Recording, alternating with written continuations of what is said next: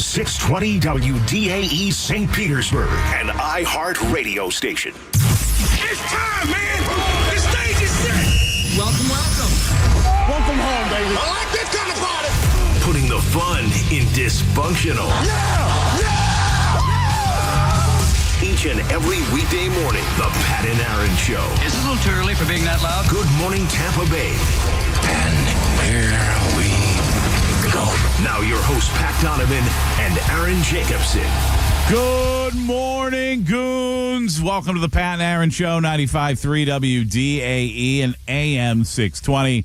Coming to you live on a Thursday morning, on a fun Thursday morning, that is. We'll have our friend Ian Beckles with us for the 8 o'clock hour, as he is every week here on the Pat and Aaron Show now.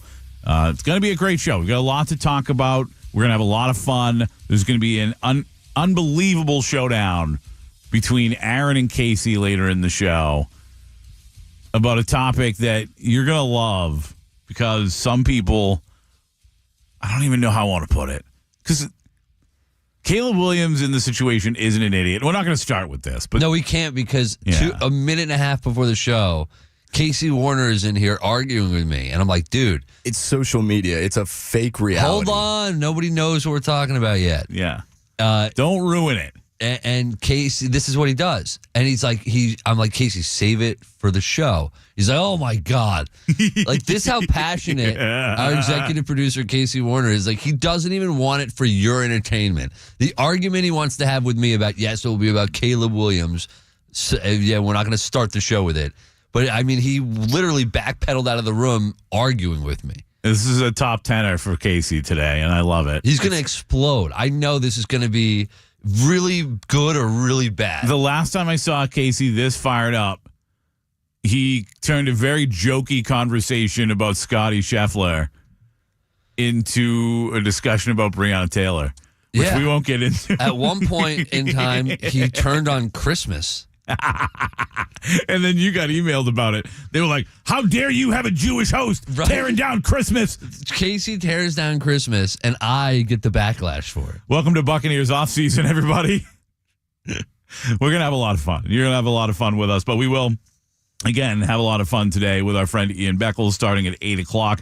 Actually, I've got a bit of a surprise. And at 8:15, this is going to be a really fun show. 8:15, we're going to call Aaron's dad, Jake, who, of course, many of you are familiar with. And Jake is going to come on with Aaron and I and Ian Beckles, because Jake has what could be a revolutionary idea. Don't pump him up. For the NFL. No, if you're listening, this could change football forever. He's messing with you, Dad. I am certainly going to talk to my people with the Buccaneers and anybody else I know associated with the NFL to try to help you make this happen, because it would revolutionize the game forever. And because Ian Beckles is our friend, and oh, by the way, a guy who actually played NFL football, we thought, let's get his opinion on it as well. By the way, so where this started was about 3 weeks ago. Yeah. Right. I'm in New York. I'm off. We're off for the holidays. And I'm in New York getting ready to go to fish. This is my favorite. And my dad calls me. It sounds like your dad was getting ready to go to fish, if you know what I mean. Right, yeah. He calls me. I swear to you, he was frantic. This is that kind of idea, you know? Frantic. He's like, I got to tell you, I came up with the best idea ever. I'm like, what? I'm like, hey, I'm with my friends right now. You got to listen to this, and you got to talk about it on the show. I'm going to send you a text. You got to talk about it on the show. And so he didn't tell you about it in the moment. He had to text you the idea. He texted me the idea, and I didn't. Was it as long as my text to Jason Light? Probably. I never looked at it. I'm in with my friends. I'm not thinking about what I'm going to do when I come back. I had like a week before I was coming back to the show. The next day, you didn't respond to my text. That's what he says to me. So he is very passionate about this. He has not stopped since that day about wanting to bring up this idea and how brilliant it is, and he told all his friends about it, and they think it's brilliant. So I'll leave it up to you and Ian and everyone listening to whether it is brilliant or ridiculous. So that's at 8:15.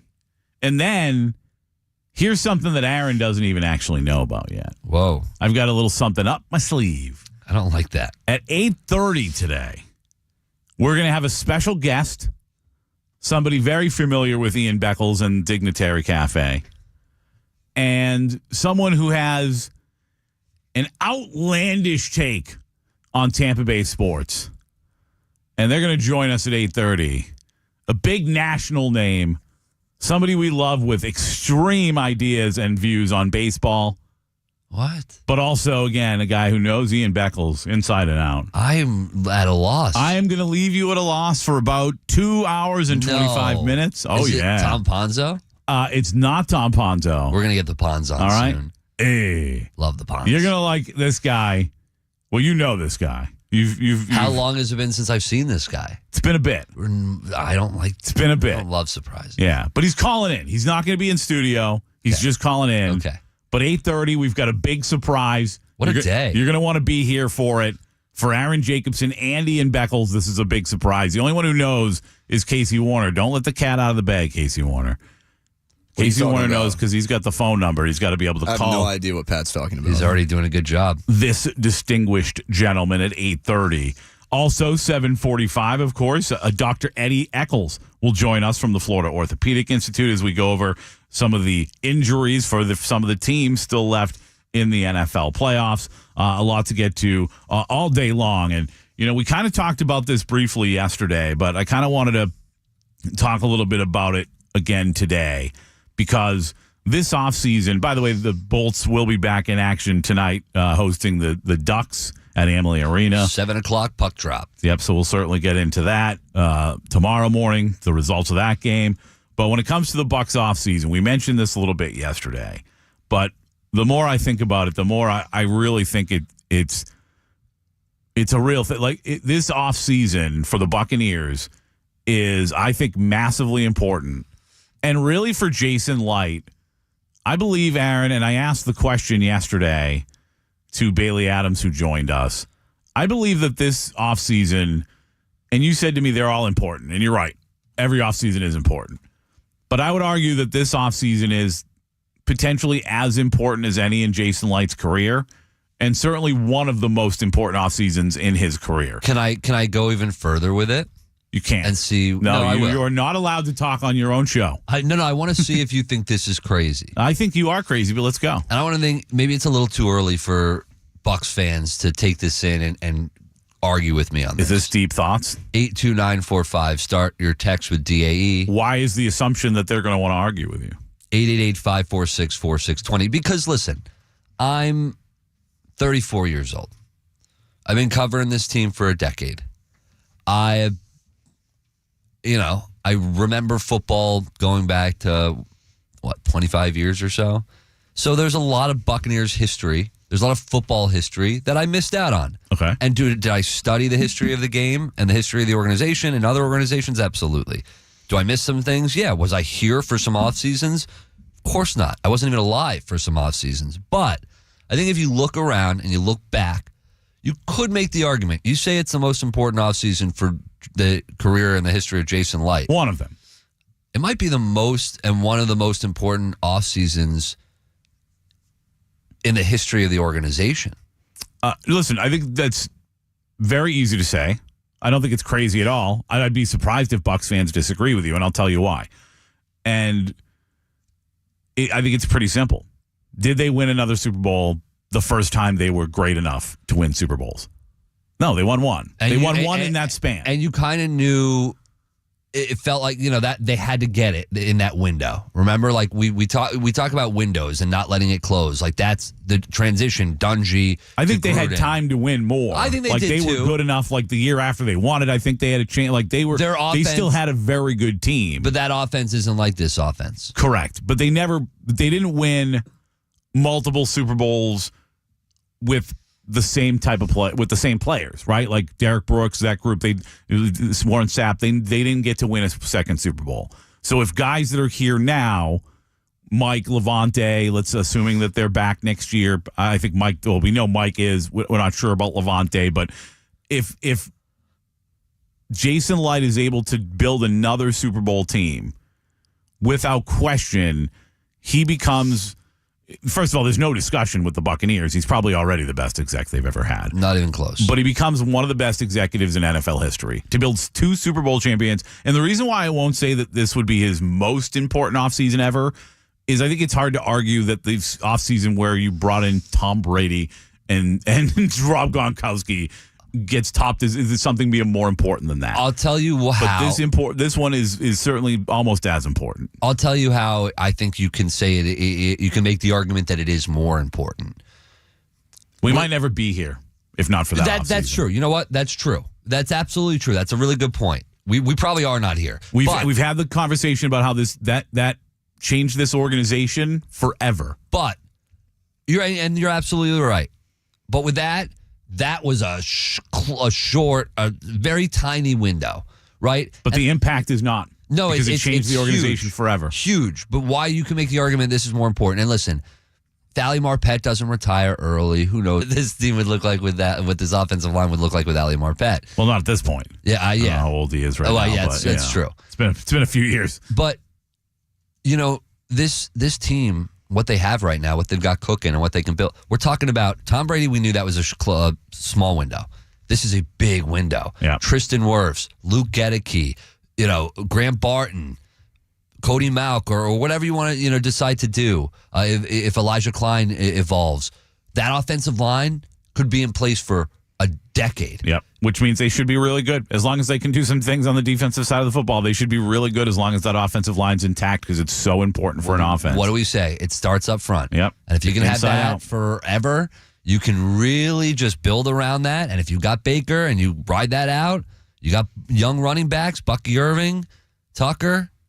I just White. think how many executives in the history of the NFL have built a Super Bowl winner and then have lost a great quarterback, had to rebuild or at least reshape that franchise, and then was able to build another Super Bowl winner with a totally different quarterback and a lot of different pieces. Like it would be an unbelievable feat. And again, you're 100% right.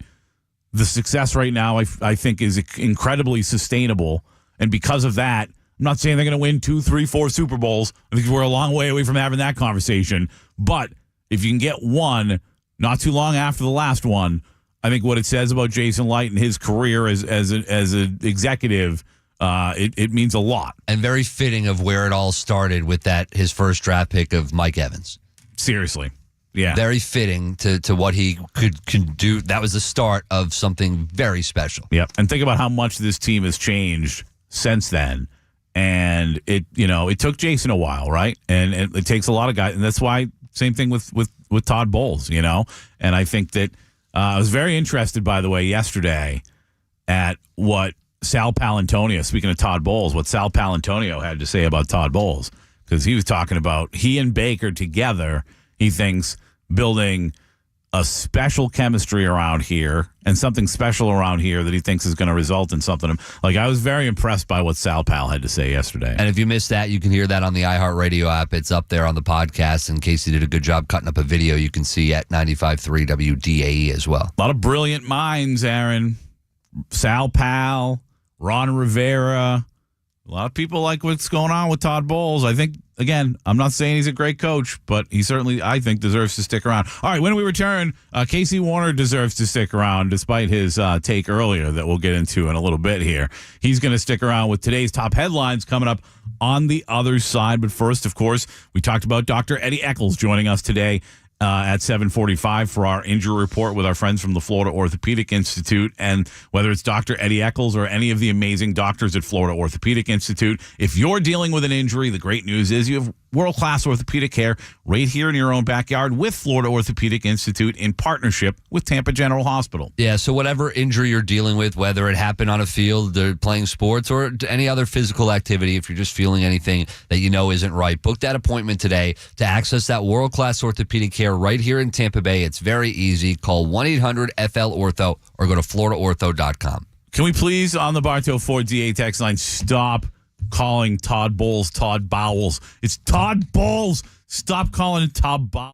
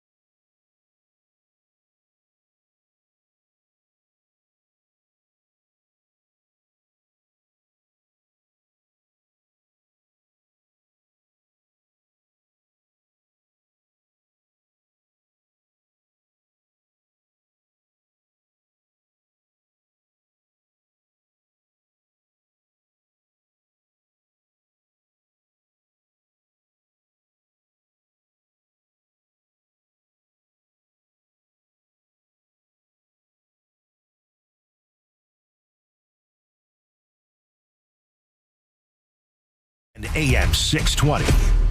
Top headlines. Time for today's top headlines on the Pat and Aaron Show, brought to you by Casey Warner's Huge Intelligence. Tell us hugely intelligent things about the top stories in all of sports, Casey Warner. All right, first things first. Deontay Johnson has been on a very interesting ride. A this weird season. one, right? Yeah, in the calendar year, Deontay Johnson has suited up for the Pittsburgh Steelers, the Panthers, the Ravens, and the Texans. And I don't know if he's going to be suiting up.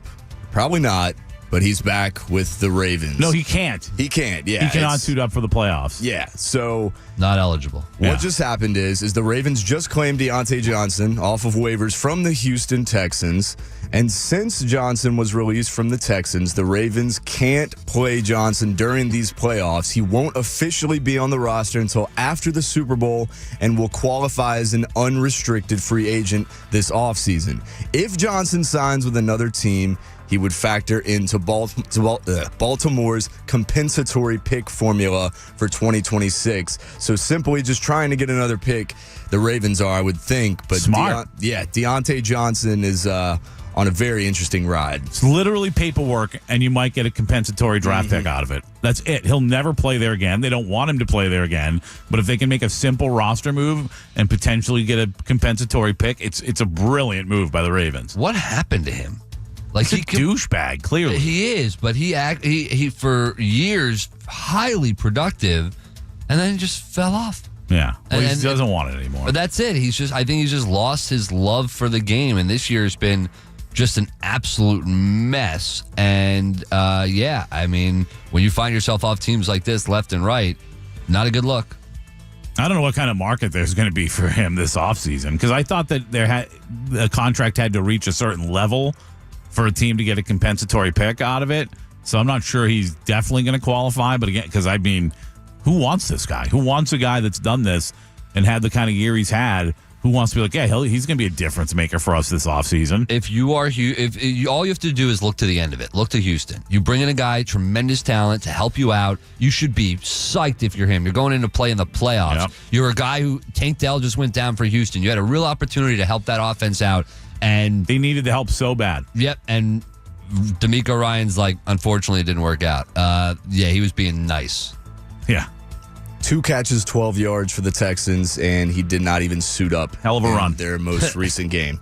So best of luck to Deontay Johnson, and best of luck to the Buffalo Bills in trying to stop Lamar Jackson. They have taken a major step towards trying to scout and stop Lamar Jackson by signing the one and only coveted Anthony Brown. That's right, Anthony Brown, the 3-year vet quarterback. He was in the NFL back in 2022. He played in 2 games for the Ravens. He had 302 yards with 2 interceptions and completed a whopping 44.9% of his passes. And Coach Sean McDermott claims if you put a mobile person back there when you're planning on working on the scrambles or the quarterback run game in practice, the defensive players know this is one of those plays, right? So they believe that signing Anthony Brown, putting him on the scout team, is going to emulate Lamar Jackson and what they're going to see this weekend and hopefully give them an advantage in trying to stop a mobile quarterback this weekend. There's no emulating Lamar Jackson. Yeah. There's one Lamar Jackson.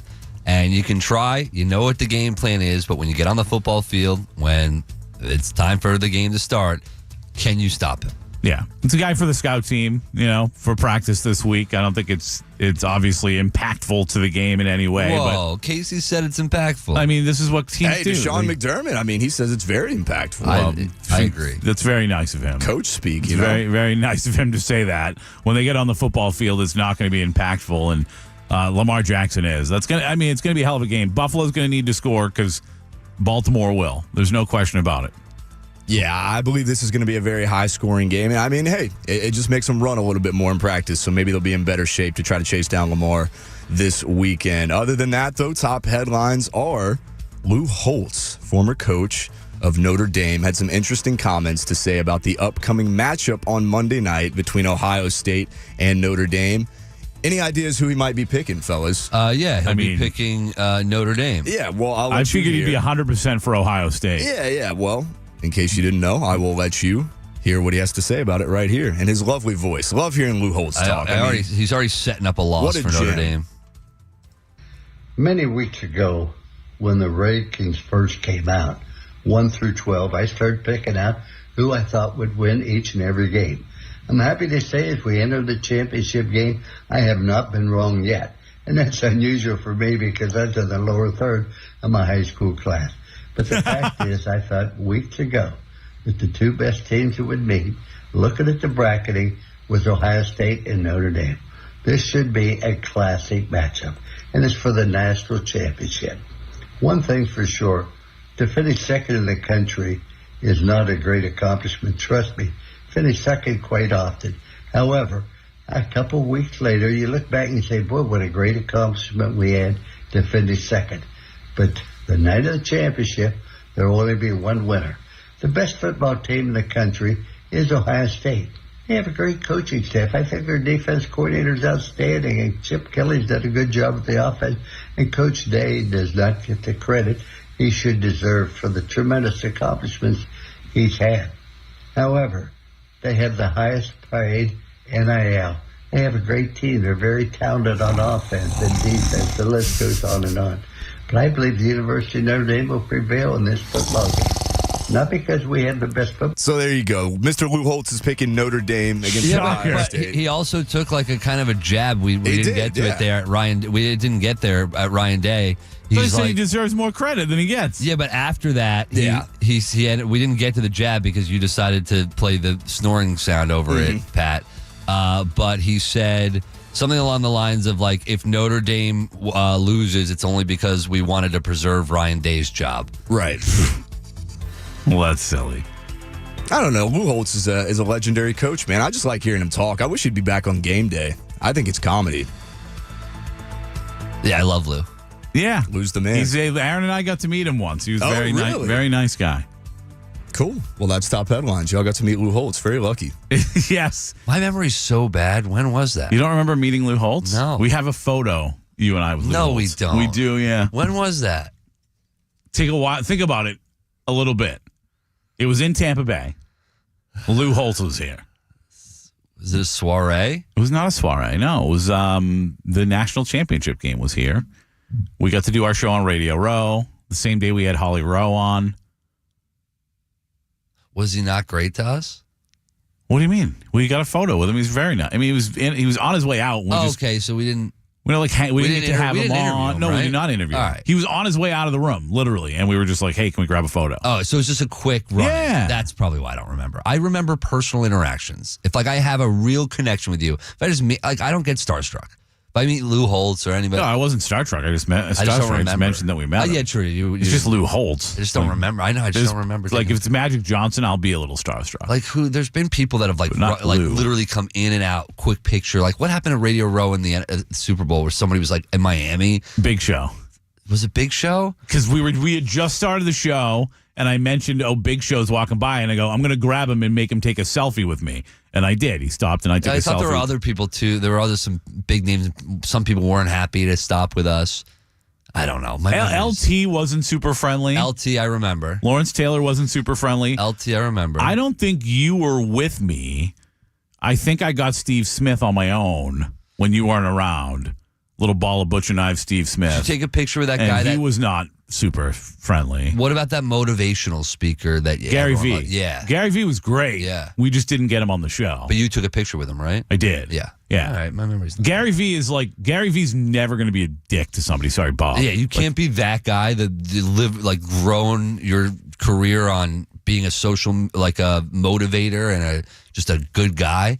And then just be a jerk. Listen to him talk about how he feels bad for people who troll him. And it's like, it sounds ridiculous, but you listen to him talk about it and you're like, I believe this guy. I want that guy to run my life.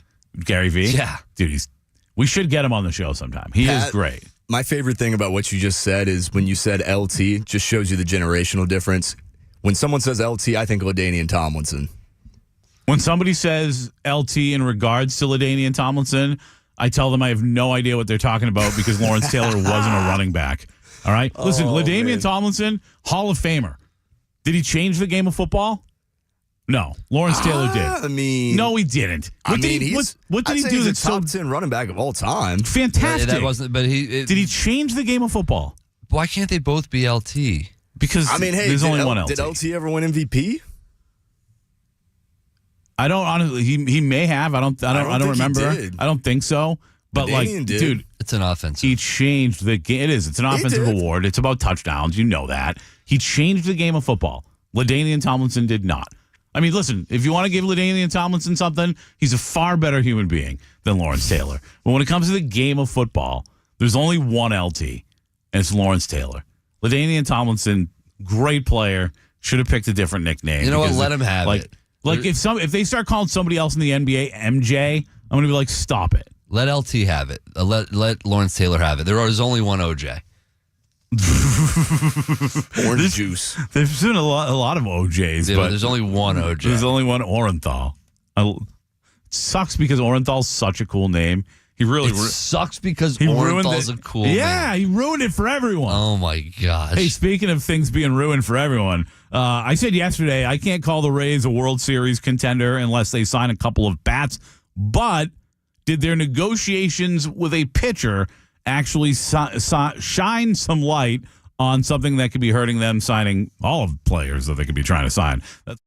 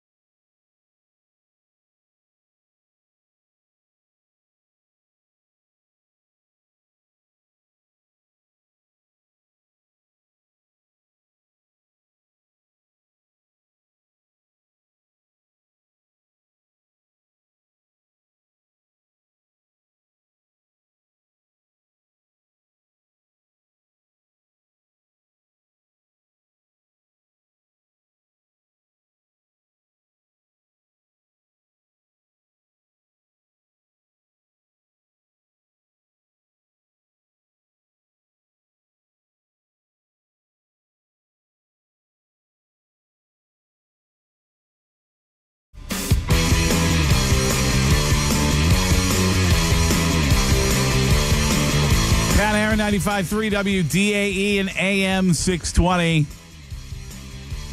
Lot going on today. Again, Ian Beckles joins us for the 8 o'clock hour. Of course, our injury report at 7:45 with our friends from the Florida Orthopedic Institute. 8:15, Aaron's dad calls in with us and Ian Beckles to talk about a groundbreaking idea that he has for the NFL. 8:30, a big-name national guest who knows Ian Beckles and Dignitary Cafe and knows the show, has been on with us before. We haven't seen him for a bit, but he's calling in because he's got a strong take on one Ben Zobrist. That's coming up at 8:30. By the way, we were just talking about Lawrence Taylor, LT, the original LT, Yes. the OG LT. He did win the MVP in 86. Yeah. Second ever defensive player to win the MVP. And from the 941, thank you. You texted in first. Yep, I forgot about that. I wasn't 100% sure, but listen, I just know that the guy was a groundbreaking player. A lunatic off the field, but a groundbreaking player. And to me, one that once you have a nickname like LT, if you're that kind of player that changed the game forever, it'd be like calling somebody else in basketball MJ. They wouldn't do it, and they shouldn't do it. All right, so mentioned before the break that it's kind of an interesting story out of the Tampa Bay Times. You can find it at tampabay.com from Mark Topkin. I had mentioned yesterday, for me, it's hard to look at the Rays this upcoming season. I wanted to look at them as World Series contenders. And for me, it's difficult to do so when they've done next to nothing this offseason. They really haven't done much when it comes to the offensive side and finding a way to drive some runs in, and they need to. And this article out of the Times, it details that, of course, Roki Sasaki, one of the big names this offseason, the international pitcher from Japan who is going to sign with someone very shortly, they had spoken, the Rays, with his agent. And according to their international scouting director, Steve Miller, they had some great discussions with Roki's agent. And he actually believes that they're not one of the finalists, and he believes that their chances to sign Roki Sasaki were very much hurt by the Hurricanes and by the lack of answers when it comes to the Rays' future. And you have to wonder if it's hurting them in pursuit, potentially, of other free agents as well, Aaron. Now, this is something that I was seeing on Twitter yesterday, just kind of when this came out from the Tampa Bay Times, this article, and Mark Topkin. I saw Chris Latvala, Pinellas County Commissioner, Chris Latvala. Newly dubbed hero. He quote tweeted the article from Topkin, and he said, "I'm surprised the Tampa Bay Times didn't blame the Pinellas County Commission for the Rays not getting Roki. Speaking of the stadium issue, the Pinellas County Board of Commissions approved the bonds 28 days ago. When does the construction start?" He's not going to let up. Listen, nor should he. I love it. I love it. I saw a couple. What are we waiting for? I saw a couple people attacking him on Twitter. I actually think somebody that listens to this show that I've seen on Twitter, us going back and forth sometimes, and he's attacking Chris Latvala, and it's like, no, this guy's trying to keep the flames here going and keep the feet to the fire, if you will. Because I don't know how he's wrong in this. He's not wrong in this. He's absolutely right. 28 days have gone by. We've heard nothing. And honestly, when you do read the article... No, we did. We found out when FanFest was, Aaron. That's true. When we do read the article, and when I did look through this, I mean, where is this coming from? Who do you think Mark Topkin's getting this information from? It's a good question. Like, who's telling Mark this? Well, I mean, Steve Miller, again, the I don't know if he said it. Well, the Rays International Scouting Director. Yeah. And he's the one, he's being quoted directly here. Yeah. So, again, I don't know if he's looking at the article, reading the article. It was unclear to me if he said that directly to Mark Topkin or if it was a press conference or where exactly that. But that's a direct quote from him. And for Steve Miller to say that, and by the way, Steve Miller, the Rays International Scouting Director, for him to say that, where is that coming from? Because that's within the Rays organization. Yeah. So that, to me, is odd. Is he allowed? Like, did he get a directive to say that? Is that something that he just decided to go rogue? Let's just say that. I mean, I just think he was probably answering the question honestly. let's pretend for a second that the Rays told him to say that. What benefit is there to that? How does that make them look good in any capacity? And I think this is what Chris Latvala is hinting at on X, is that you're kind of pinning it. It's no secret, there's been a contentious back and forth between the Rays and Pinellas County Commission, and really Pinellas County Commission, but City of St. Petersburg, Pinellas County, about not only the future stadium and the bonds going towards it and the delay in the votes, but also the Trop vote, where the reconstruction of the Trop, the repairs to the Trop. But the most recent thing from the Rays is that they want it done. Yeah, but already that delay, that short delay, which the Rays are saying they're putting on Pinellas County, that's what caused the Trop to not be, for them to not have actual answers of what they can't put that. They can't put that on Pinellas County. But it kind of sounds like they were part of delaying the vote. When it comes to the money for the Trop, they were directly part of that. Not that I'm telling you anything you don't know, because you were more adamant about it than I was at the time, right? And I wonder if Chris is on to something here. Maybe he's just taking another shot. I don't know. I think he's just taking it. For me, it looks like he's just taking another shot. Any opportunity to bring up the fact that what are we waiting for, right? Bring up that question, which I think is fair. But I don't know that these two are directly connected. Yeah, and once again, the quote, the hurricane, I think, and this from Steve Miller, the hurricane, I think, put us in a really difficult spot, losing the Trop, not knowing where we're going to be, put us in a really difficult spot with Roki. I don't think they really had a great shot with him anyway. You know how I feel. I said it yesterday. I feel like every Japanese player is probably going to go to the West Coast. And it doesn't mean they're all going to. Some of them won't.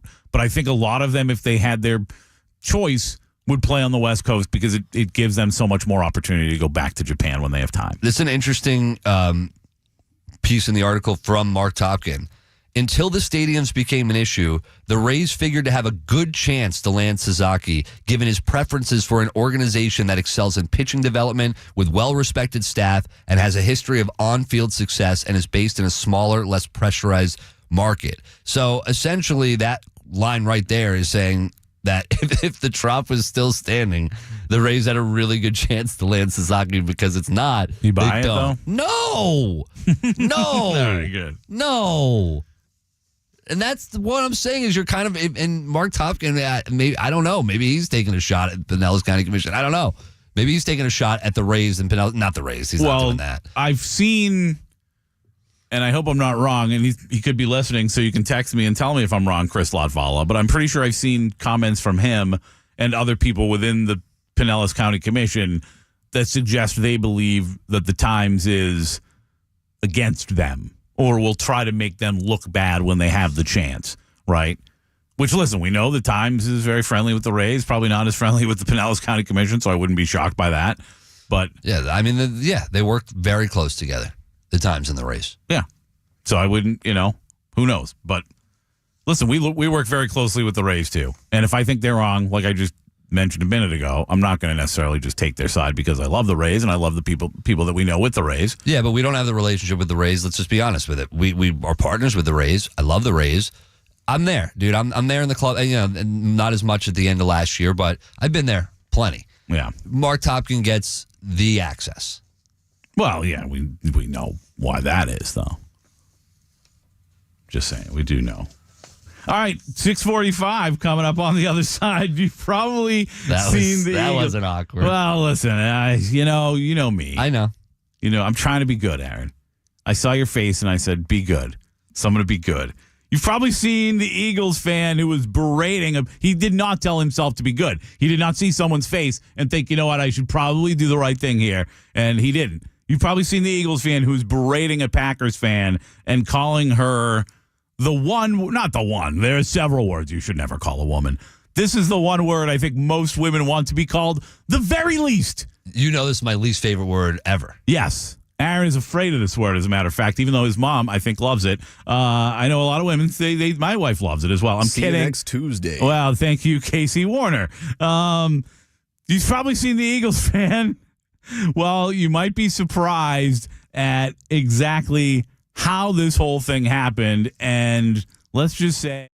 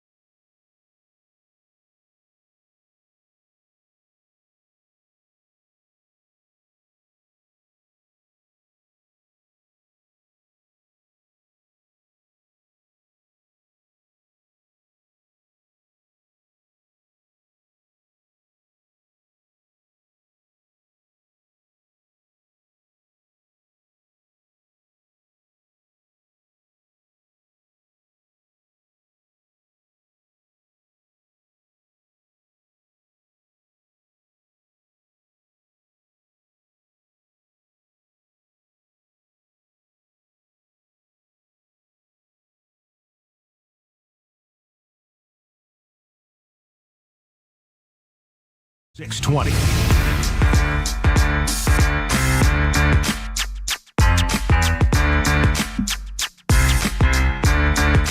All right, this story just becomes more and more obnoxious, I guess, because everybody involved apparently is obnoxious. You've probably seen by now the video of, and the hilarious part, apparently this guy works as an analyst for a firm about diversity and creating change. Well, he created a change to his Eagles viewing habits because he's no longer allowed at the link. He also doesn't have a job anymore after calling a Packers fan the word you do not want to call a woman. And again, there's a lot of words you should never call a woman, but the word, the C word that most women don't want to hear, and they certainly don't want to be called. This guy called this woman that multiple times. So let's not pretend for a second that this guy is a victim in any way. He is still a dumb a-hole, all right?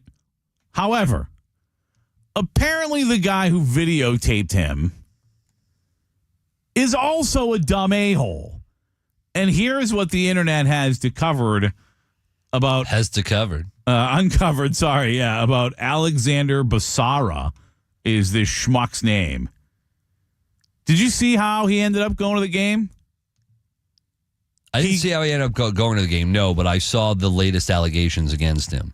Well, he went to the game, probably anyways. He at least tried to go to the game by starting a GoFundMe to get tickets to this game. Instead of just buying tickets himself, this guy who calls himself a daily Packers content creator with over 10,000 followers on Twitter, almost 11,000 followers on Twitter. No wonder this thing went viral.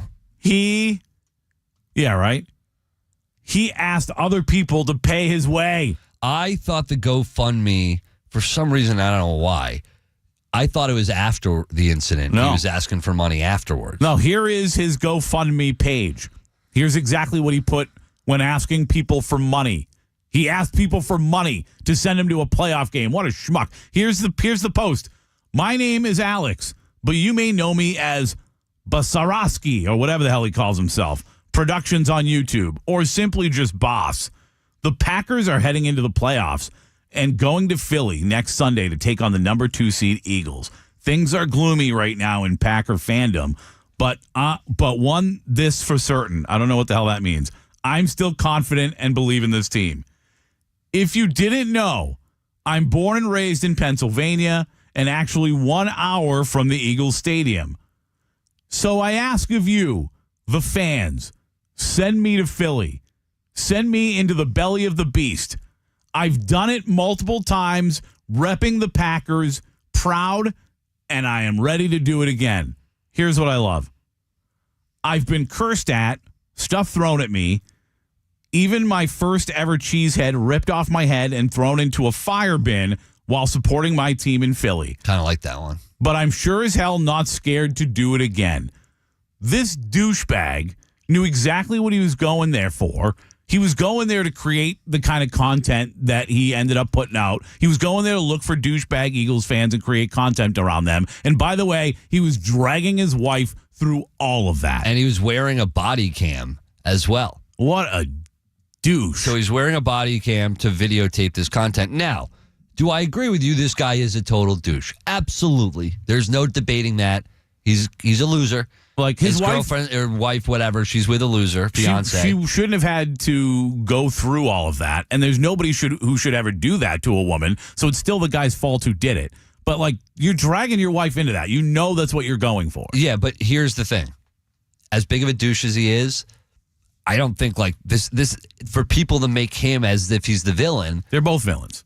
He's a guy who creates content and went to the game. And you know what? That Eagles fan fed right into it. Now, I don't know what he did. You don't think he instigated that? He probably did. He probably did in a way. He was looking for that to happen. He wanted that to happen. And to, like, again, you want that to happen to yourself so you can create content? Fine. Leave your wife at home. To drag your wife into that is ridiculous. How do you know that she wasn't complicit? How do you know that she didn't want to be a part of it? Well, then they're both idiots. Probably. But either way, nobody deserves to be talked to like that. I don't know what instigated it, But either way, he got what he wanted out of it. He won. I don't care what she does. She doesn't deserve to be spoken to that way, right? But the guy who drags his wife into that situation to intentionally turn a situation into something like this, which I'm confident he did. She might be she's probably is a huge Packers fan. And honestly, then go to the game and don't be a douche. But for somebody, and the GoFundMe portion of it, like, will you ever see me with a GoFundMe to do something like this? Absolutely not, right? But even if you're broke, but somebody, there's bigger things. Yeah, but you know what? If you put a GoFundMe out there and people donate to the GoFundMe, you don't have to donate. They donate it. Who cares? I still think it's a douchey move to go online and ask other people to buy your ticket to something because you're a content creator. It's not somebody. It's not a move I would somebody's do. like really down on their luck, and they're like, you know what? I've got a terminal illness. I don't know that I'm ever going to go to a playoff game, and they start a GoFundMe. By all means, let's promote that and help them get the money.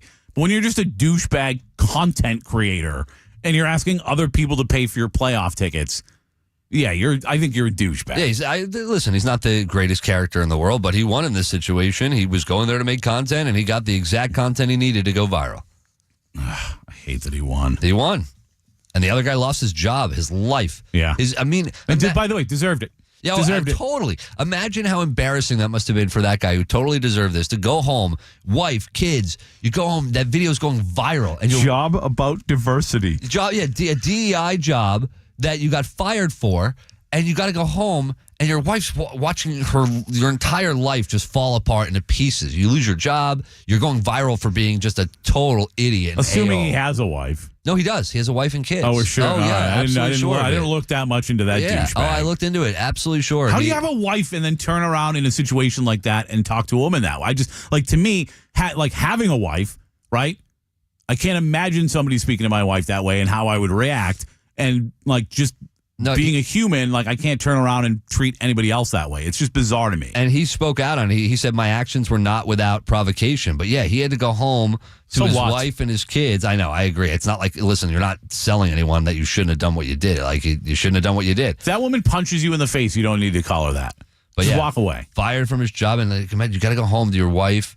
Family. I don't know if he has kids, wife and family, but you got to go home to your wife. You think his wife should leave him too? I mean, listen, I wouldn't want to walk around with that guy. Everyone know, whoa, that's your man. He'll go. I mean, no, he's going to remember his face for long. Yeah, but the people in her inner circle, it's just not somebody you want to bring around to the dinner parties because you never know he's going to go on a tirade against the wife. But if you're married, would you if that's your wife and she does something like that, are you just leaving her? No, but I'd probably be you're a moron. Yeah, I would. Yeah. Imagine the ripping he got from her when that thing started to go viral. I hope so. All right, when we return, we're going to tell you why the opportunity is as big as the task.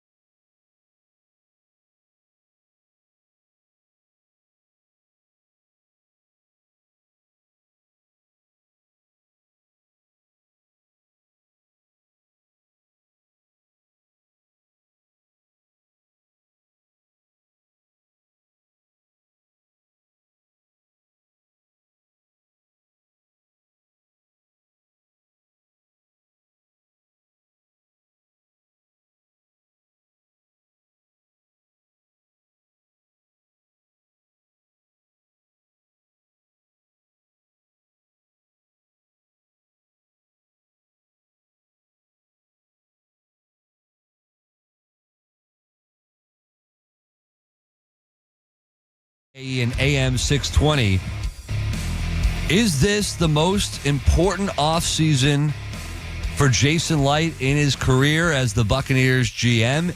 Could it be the most important offseason in the history of the Buccaneers organization? 888-546-4620. I still think it's hard to argue that anything is more important than bringing in Tom Brady and Gronk and that class of free agents and the way that's changed the organization. It started everything. It certainly was the beginning of everything, and we're not where we are. To your point you made earlier in the show. To your point you made earlier in the show, we're not where we are now without them going out and getting Tom Brady, right? What was it, Operation Shoeless Joe Jackson?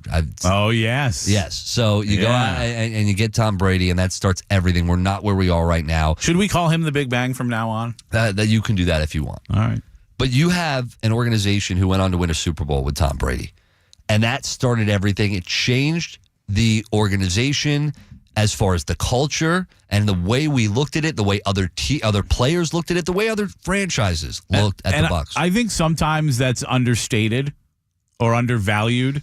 You know, what is the old saying about what's reality again? Perception is reality. Perception is important.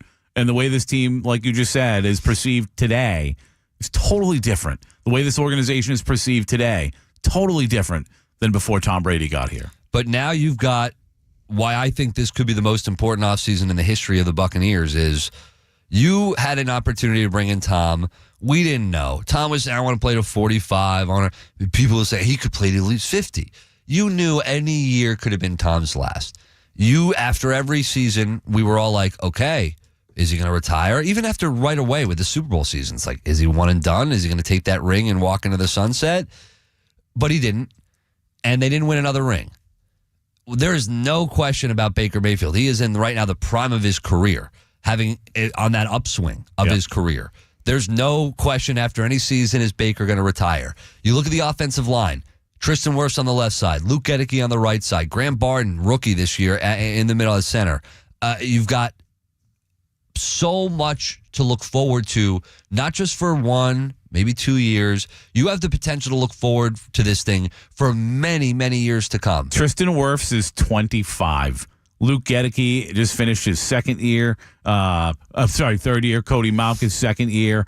I mean, this is a team that is so young across that offensive line, and to be that young and that good and have as much continuity as they're going to carry over into next season, whether Bredesen's back or not, 4 or 5 at the very least are going to be back next year. They're young, and they're very comfortable in this system, which is why, if, God forbid, Liam Cohen were to take a job, I do believe whatever they do at offensive coordinator, and I think they're going to have a really good pick of candidates, because why wouldn't you want to come here and be an offensive coordinator after what you've seen if 2 guys in a row get a job? You need to bring in somebody that runs a very similar system, in my opinion. Keep the zone blocking scheme and a lot of the base techniques that they use in the run game and just build off of what you've already been doing. And not many organizations, franchises get the opportunity to have an offensive line like we just mentioned, guys that could legitimately be with the franchise. We already know Tristan Wirfs locked in. Guys that could be locked in for years to come. So this building opportunity, yes, what an amazing job he did to have the pieces in place and to just build off of it to win a Super Bowl, right? I know, listen, Ross today might love to hear this if he's listening. Like, you bring in Antonio Brown. Like, that was a risky move. And eventually, you had to get rid of him. He ran off the field into the sunset. I feel like that was as much about the assistant GM at the time as it was about the GM. Yeah, but you know what? And by the assistant GM, I mean Tom Brady. You needed to bring in a way, and he was huge for them in that playoff, in that Super Bowl year. So, now is not... It really sucks that he couldn't have kept his head on straight, man. Mm-hmm. When you think, to your point about the Super Bowl year, when they needed a big third down pickup, Tom was looking for Antonio Brown. There were big plays and big moments where Tom would look for Antonio Brown, and the guy just couldn't remain normal. That's all he had to do was remain normal, and he would have had another great season with the Buccaneers, and we'd be talking, and maybe stayed here, and we'd be talking about a guy on his way to the Hall of Fame. First ballot, maybe. People talking about him turning his life around. Like, it could have been so positive, but he just couldn't remain normal. And we knew it was only a matter of time. So, yes, we're at the end. I guess it doesn't really look like the end, but at some point, Mike Evans is gonna take a downward slide. You know, it happens to everybody. The good news is, and we've talked about this before with Mike, he doesn't really win on athleticism. So as long as he doesn't get catastrophic injuries, I don't want to say he can play as long as he wants to. He's not going to be playing when he's 40. He's a wide receiver. But I think he can extend his career a lot longer than guys who win on pure athleticism. No doubt. But you got, Bucky Irving amazing this year, and Sean Tucker and Rashad White. But I can't look at when I look at the future and I look at 5-10 years from now, it's hard for me to look at any running back and be like, well, listen, we could have them for 5 to 10. It's just not going to happen. You don't. Yeah. You just don't. We got to stop putting Sean Tucker ahead of Rashad White. It's disrespectful. He had fewer rushing yards than Baker Mayfield this year. That's the reality. And I know it was because he wasn't on the field a lot. He ran the ball for a lot of yards. There's a reason for it. The Bucs trust Rashad a lot. Yeah. And I think he's a big part of this offense. He's not Bucky Irving. Bucky Irving is special, and he's proven that. And Rashad's not in that class. But he's a guy that I think will still be a big part of this offense next year behind Bucky Irving. But what Jason Light's going to have to do, and you might have to get a receiver depending on what happens with Chris Godwin, but to be able to put the pieces in place and to build off of them, this is a very big offseason. It's also important to see what's going to happen with Liam Cohen, to see what's going to happen with John Spytek, to see what's going to happen with Mike Greenberg. There's a lot of elements at play to this offseason that makes it so important for Jason Light and the Buccaneers that is away from just on the field and the athletes that are playing, a lot of the executives and the guys that are helping out in the front office. He's got so much work to do this offseason, especially if those two guys, Spytek and Greenberg, leave. It's amazing he doesn't want some weirdo just hanging around, following him around everywhere. Shocked. I'm shocked by that. 888-546-4620, 82945. Start your text with DAE. I think you look at the Super Bowl year, the first Super Bowl they ever got, that defense, those guys have been together for a while. It's like they need to get one. That window, it's not so big. Right now, the defense is going to have to rebuild here in Tampa Bay. But if you can rebuild it the right way and bring in the right pieces, now you have, of course, the staples. I think reshape is a better word. I don't think because you've got Antoine Winfield Jr. Exactly. You've got the pieces. Don't miss Elijah Cansey. Yeah, how could you? They've got some horses. So there are a couple of spots that they know they're very weak, and they have to address this offseason. And if they do, the defense can be really good with just a couple of big changes. I expect Yaya Diaby to get better and to continue to improve. Well, if you get them some damn help on the other side, and teams can't always put their coverage on the other side, pass protection on the other side to just slow down Yaya Diaby. Like you know what's coming inside. You're not going to have to. You're going to double team Vita Vea and that kind of stuff. But if you know that there's pressure coming from the outside, it changes everything. If you know it's coming from only one side, you can just focus on that side. When Tom Brady retired, everyone looked at the Buccaneers like, well, they're going to have to start over and rebuild it. And Jason Light was like, no. And they talked about that we're going to retool it, right? And I think it's a similar thing with the defense here. You don't have to rebuild it. Like you said, you retool it and add some pieces to it. But it's important for him to do it this offseason. It is. And the fact that they're so good offensively is huge, right? Because they can really put so much of the focus on the defensive side of the ball this offseason. And I think whether it's the draft or free agency, that's exactly what they're going to do. They might have to look at left guard if Bredesen walks away and finds more money somewhere else. I believe he was on a 1-year deal. But mostly your offense is pretty locked in. If Chris Godwin goes, you'll have to address wide receiver. I imagine, I guess that would be a draft pick as opposed to a big money free agent, right? Because I think you want to spend whatever money you have, and I don't think there's a ton of it, but they're going to move some money around. There'll be money. Next year, they're going to have even more money in free agency. Yeah. But this year is an important year, and I think you've got to focus outside linebacker or corner. I'm with you. The only offensive positions I would even think of addressing, and really a lot of it would be depending on Chris Godwin. That's it. Yeah. Is wide receiver, but also a guard. And I mentioned that yesterday. It's something I would pay attention to and I would look at. But then again, if Bredesen leaves, I'm fine with Bredesen if he wants to come back here and he does a team-friendly deal. And also, especially with Elijah Klein behind him. They love Elijah Klein. I love him. I love him. Remember how funny he was? It was the best. Training camp? It was one of our favorite interviews. It was amazing. Camp. So and by the way, when he played in the preseason, which I know it's the preseason, we've seen this before, but he was really good. And remember, there was a game where there was an injury and he had to play right tackle, a position he'd never played, and he was really good. Like, the kid's got a future. Well, we talked about the versatility with him and a lot of these guys, and we've seen it on display, right? Think about the versatility from every single one of these guys. Think about Tristan Wirfs, all-pro right tackle, all-pro left tackle. Think about Luke Gedeke, where he started. Yep. Looked worse on the left side. You kick him out to right tackle, how'd he do? Really good. Pretty good. I bet he'd look pretty good at left guard now, too, by the way, if he had to. Yeah, I mean, him and Tristan Wirfs next to each other would be just gross. It's true. It's true. But he's a totally different player than he was as a rookie. Like, his confidence level, you can just see in the way he carries himself around practice. Like, you see the videos they do where they're just talking to the players coming off the field.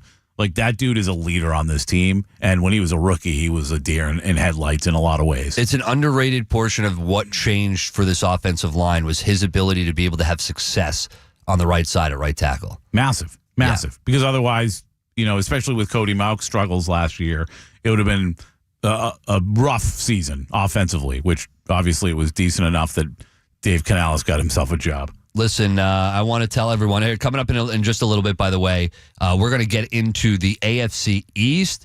It is potentially about to get a lot more interesting. We're going to talk about that on the other side. But Omar will take your call, too. Omar, hang in there, Omar. But I want to tell everyone about what's going on at Tampa Bay Downs. Live it up at the Downs. Wednesday, Friday, Saturday, Sunday. Open 4 days a week now. So head on out to Tampa Bay Downs. You're going to see me out there. Football season winding down. This is the perfect time to get out there, especially on the weekends. But Wednesday, too. Wednesday's one of the best days to go out. Why? Admission is free. So just head on down to Tampa Bay Downs, Racetrack Road, Oldsmar, where you go in, you're going to have yourself a time. Look at the card, look at the sheet, look at what's happening that day, and you can find out what races best benefit you and where you could potentially win the most money. And make sure you go in with an empty stomach because the food's great there too. Have some drinks and have yourself a time. And if you see me out at Tampa Bay Downs, come say hello. A lot of stuff happening in the next couple months, and we'll certainly get into the big races happening. But don't forget, January 25th, cap giveaway day. You go on down to Tampa Bay Downs, you get a cap with your paid admission. So check on the caps are great. So check out their schedule as well, TampaBayDowns.com. Live it up at the Downs. No cap on the cap? No cap on the cap. No cap.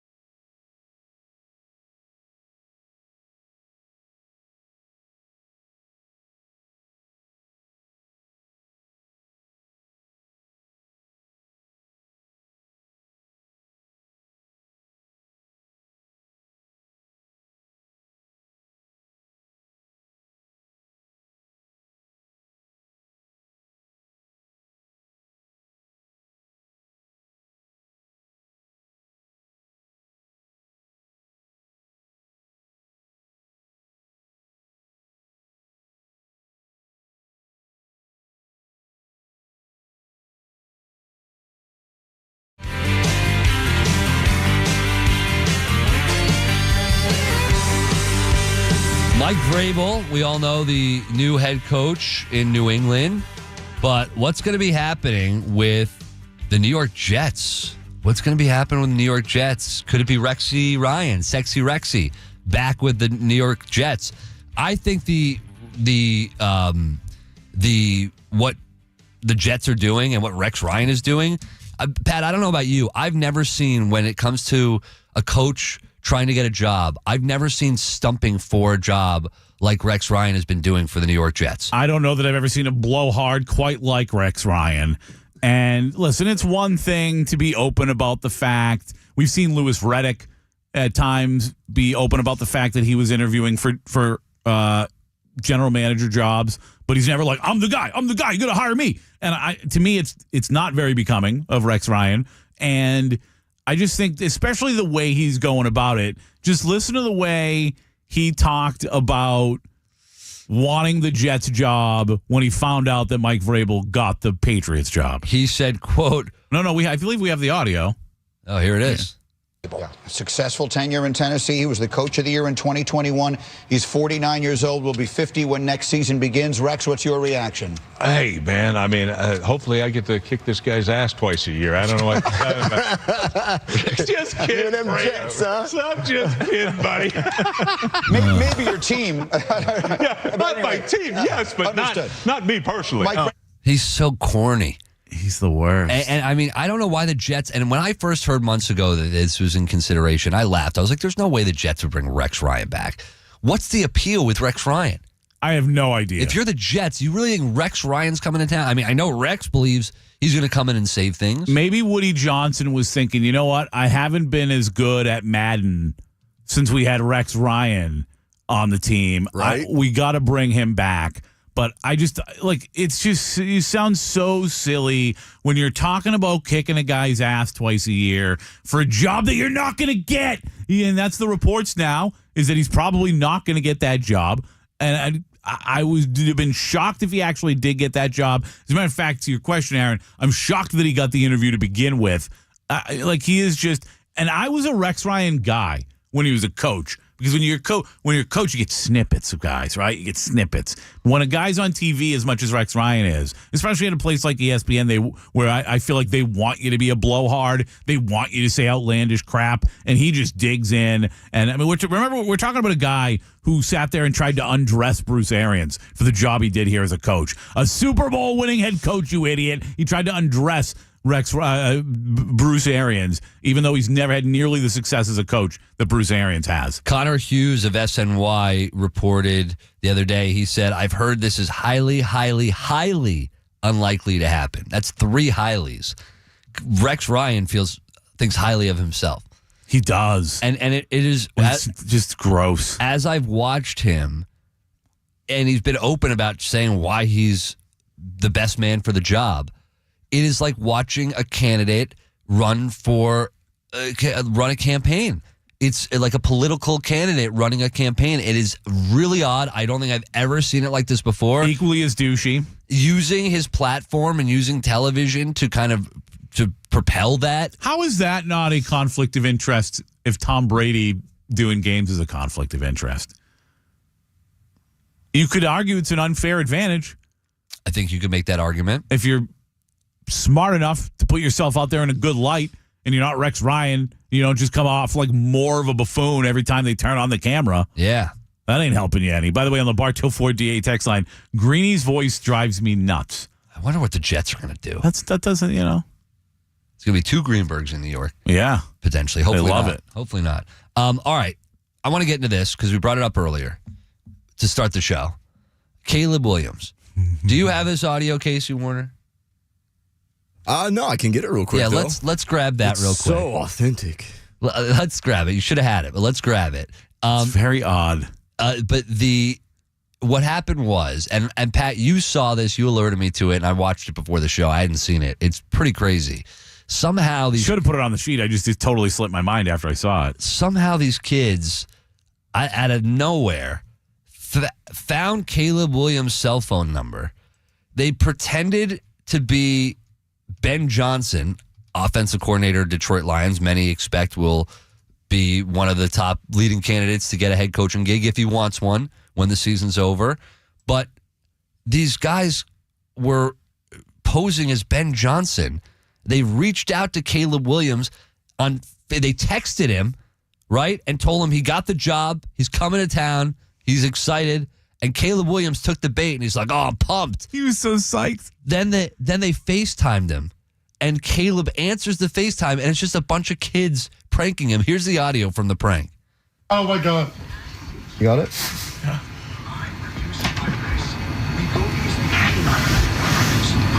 Hey, Caleb, it's me, Ben Johnson. Come to the Dolphins, bro. No, shut up.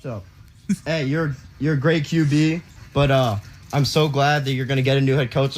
I don't know if it's Ben Johnson, but I'm sorry about this. All good. Peace out. Hey, the nails are tough. You're a goat, bro. You're a goat. No way. Yeah.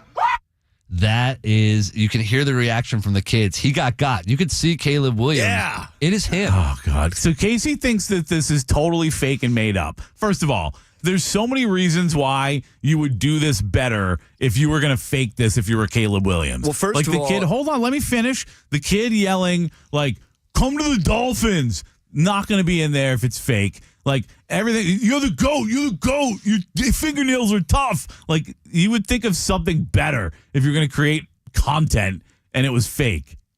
First of all, I don't care if it's real or fake, but the hate for social media in me, just when I see stuff like this, I think it's funny. I think it's hilarious because I know it's clickbait and it's going to get likes. It's not clickbait. Oh, it is, though. It is. What do you mean? They knew what they were doing when they instigated this. Yeah, of course. That's not clickbait. That's yes, it is, because they knew they were going to get hundreds.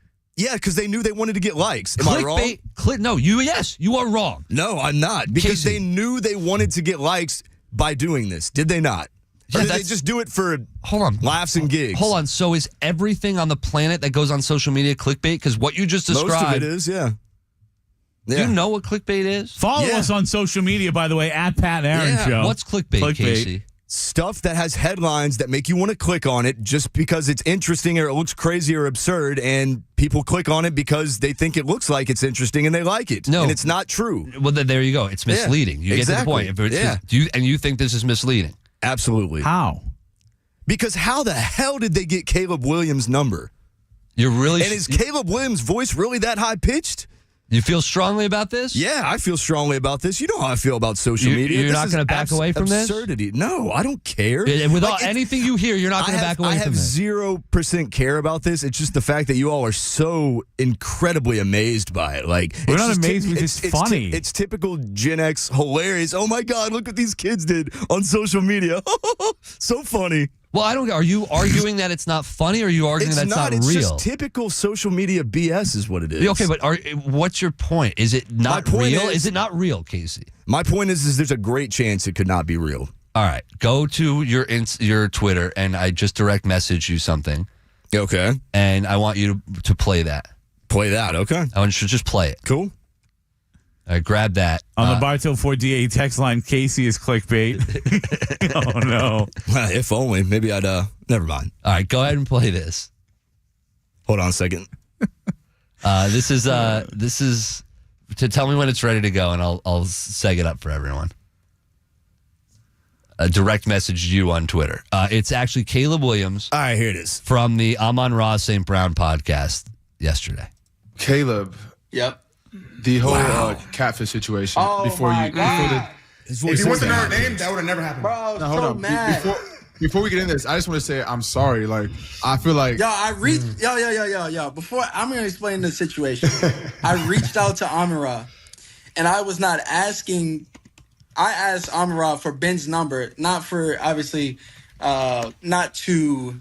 Like, I wasn't going to save his number because he's not our coach, and I wasn't going to do all of that. I was asking for, or text him or anything. I was asking because I wanted to make sure it wasn't, because obviously so many fake numbers nowadays. I was asking him so I could see if it matches his number. Amara does Amara things and doesn't text back.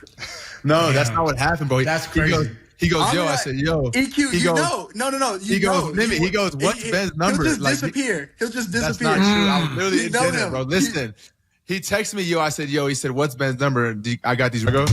And then he goes, He nah, thinks I'm like, trying to play a joke. All right, let's get rid of it here. Let's get rid of it here. My bad. Yeah, that was on me. I mean, I hadn't listened to it beforehand, but hopefully everyone heard the end of that. Casey, are you now convinced that that was a real prank? The kids. Sure. Are you happy? It's so funny. I'm over here dying laughing. Are you happy, Aaron? No, I guess happy? you can't win with Casey. You can't. Because he doesn't care. Your opening I don't argument. care. Like anything that's like stuff like this on social media. Oh, I got 25,000 likes. It's hilarious. It was a whole debate that you and I were having before the show, Casey, which I thought was interesting, is that you thought that this was fake and you weren't backing off Because that's my first like knee-jerk reaction when I see something like this on social media is, number one, is it real? And then number two, probably not. I love that you're like, the first thing I think is it real? And then the second thing I think is, Probably I don't not. care if it's real. Yeah, exactly. I just don't, because it's not a reliable source or trustworthy. Like, So you just heard from Caleb Williams that it was I'm real. talking about the first video that I saw. If I see a bunch of blowhard kids sitting on the couch FaceTiming somebody with a fake DM text message looking thing. When you find out now that it is in fact real, Great. and those That's teenage boys, I'm proud of them. found a number that was Caleb Williams and came up with the elaborate prank of saying, let's say we're It's Ben so Johnson. cool, isn't it? The internet's amazing. No, like that prank is funny. It is Casey. funny. It's hilarious. I mean, I told you, I'm over here dying. I'm sweating out of my hoodie. I'm laughing so hard. That's probably the I think toboggan. the prank is funny. Maybe I'm. Do you not like pranks? I don't find that kind of stuff funny. Well, hold personally. on. You're winning on the because anybody can do it. Like, Casey. You're winning on the Bartool 48 text line. 1,000% on point. Who gives a damn about social media idiocy? Also on the Bartool 4DA text line. Preach, Casey. Effing preach. That's garbage. Pat and Aaron get paid to like stuff like that. So you're just shouting into the world. Shouting into the void. Yeah. No, it's what this is coming from somebody who's in that generation too. Like I hate that about my generation, that we're so easily like, attracted to doing stuff like this, and it's supposed to be comedy. Like, what? That's the best you have to do with your time? Like, seriously? Is that funny? Did you know we got paid to like this stuff on the internet? Sometimes I need that money. Sometimes with Casey, I just get into, I don't know what we're debating, because I thought the debate for literally the whole show and before the show was that Casey thought it was fake and I thought it was real. And it's real. But now Congrats. it's turned, but then hold on. Congrats. Now that's turned into social media is stupid and that generation and this and that. And like, it's not what I really wanted to debate in the first place. All right, Aaron won. There you go. You have it. Aaron won the argument. Boom. Let's hit the break. All right. On the other side, it's great. Listen to Casey and Chris on Saturdays. You'll get this stuff.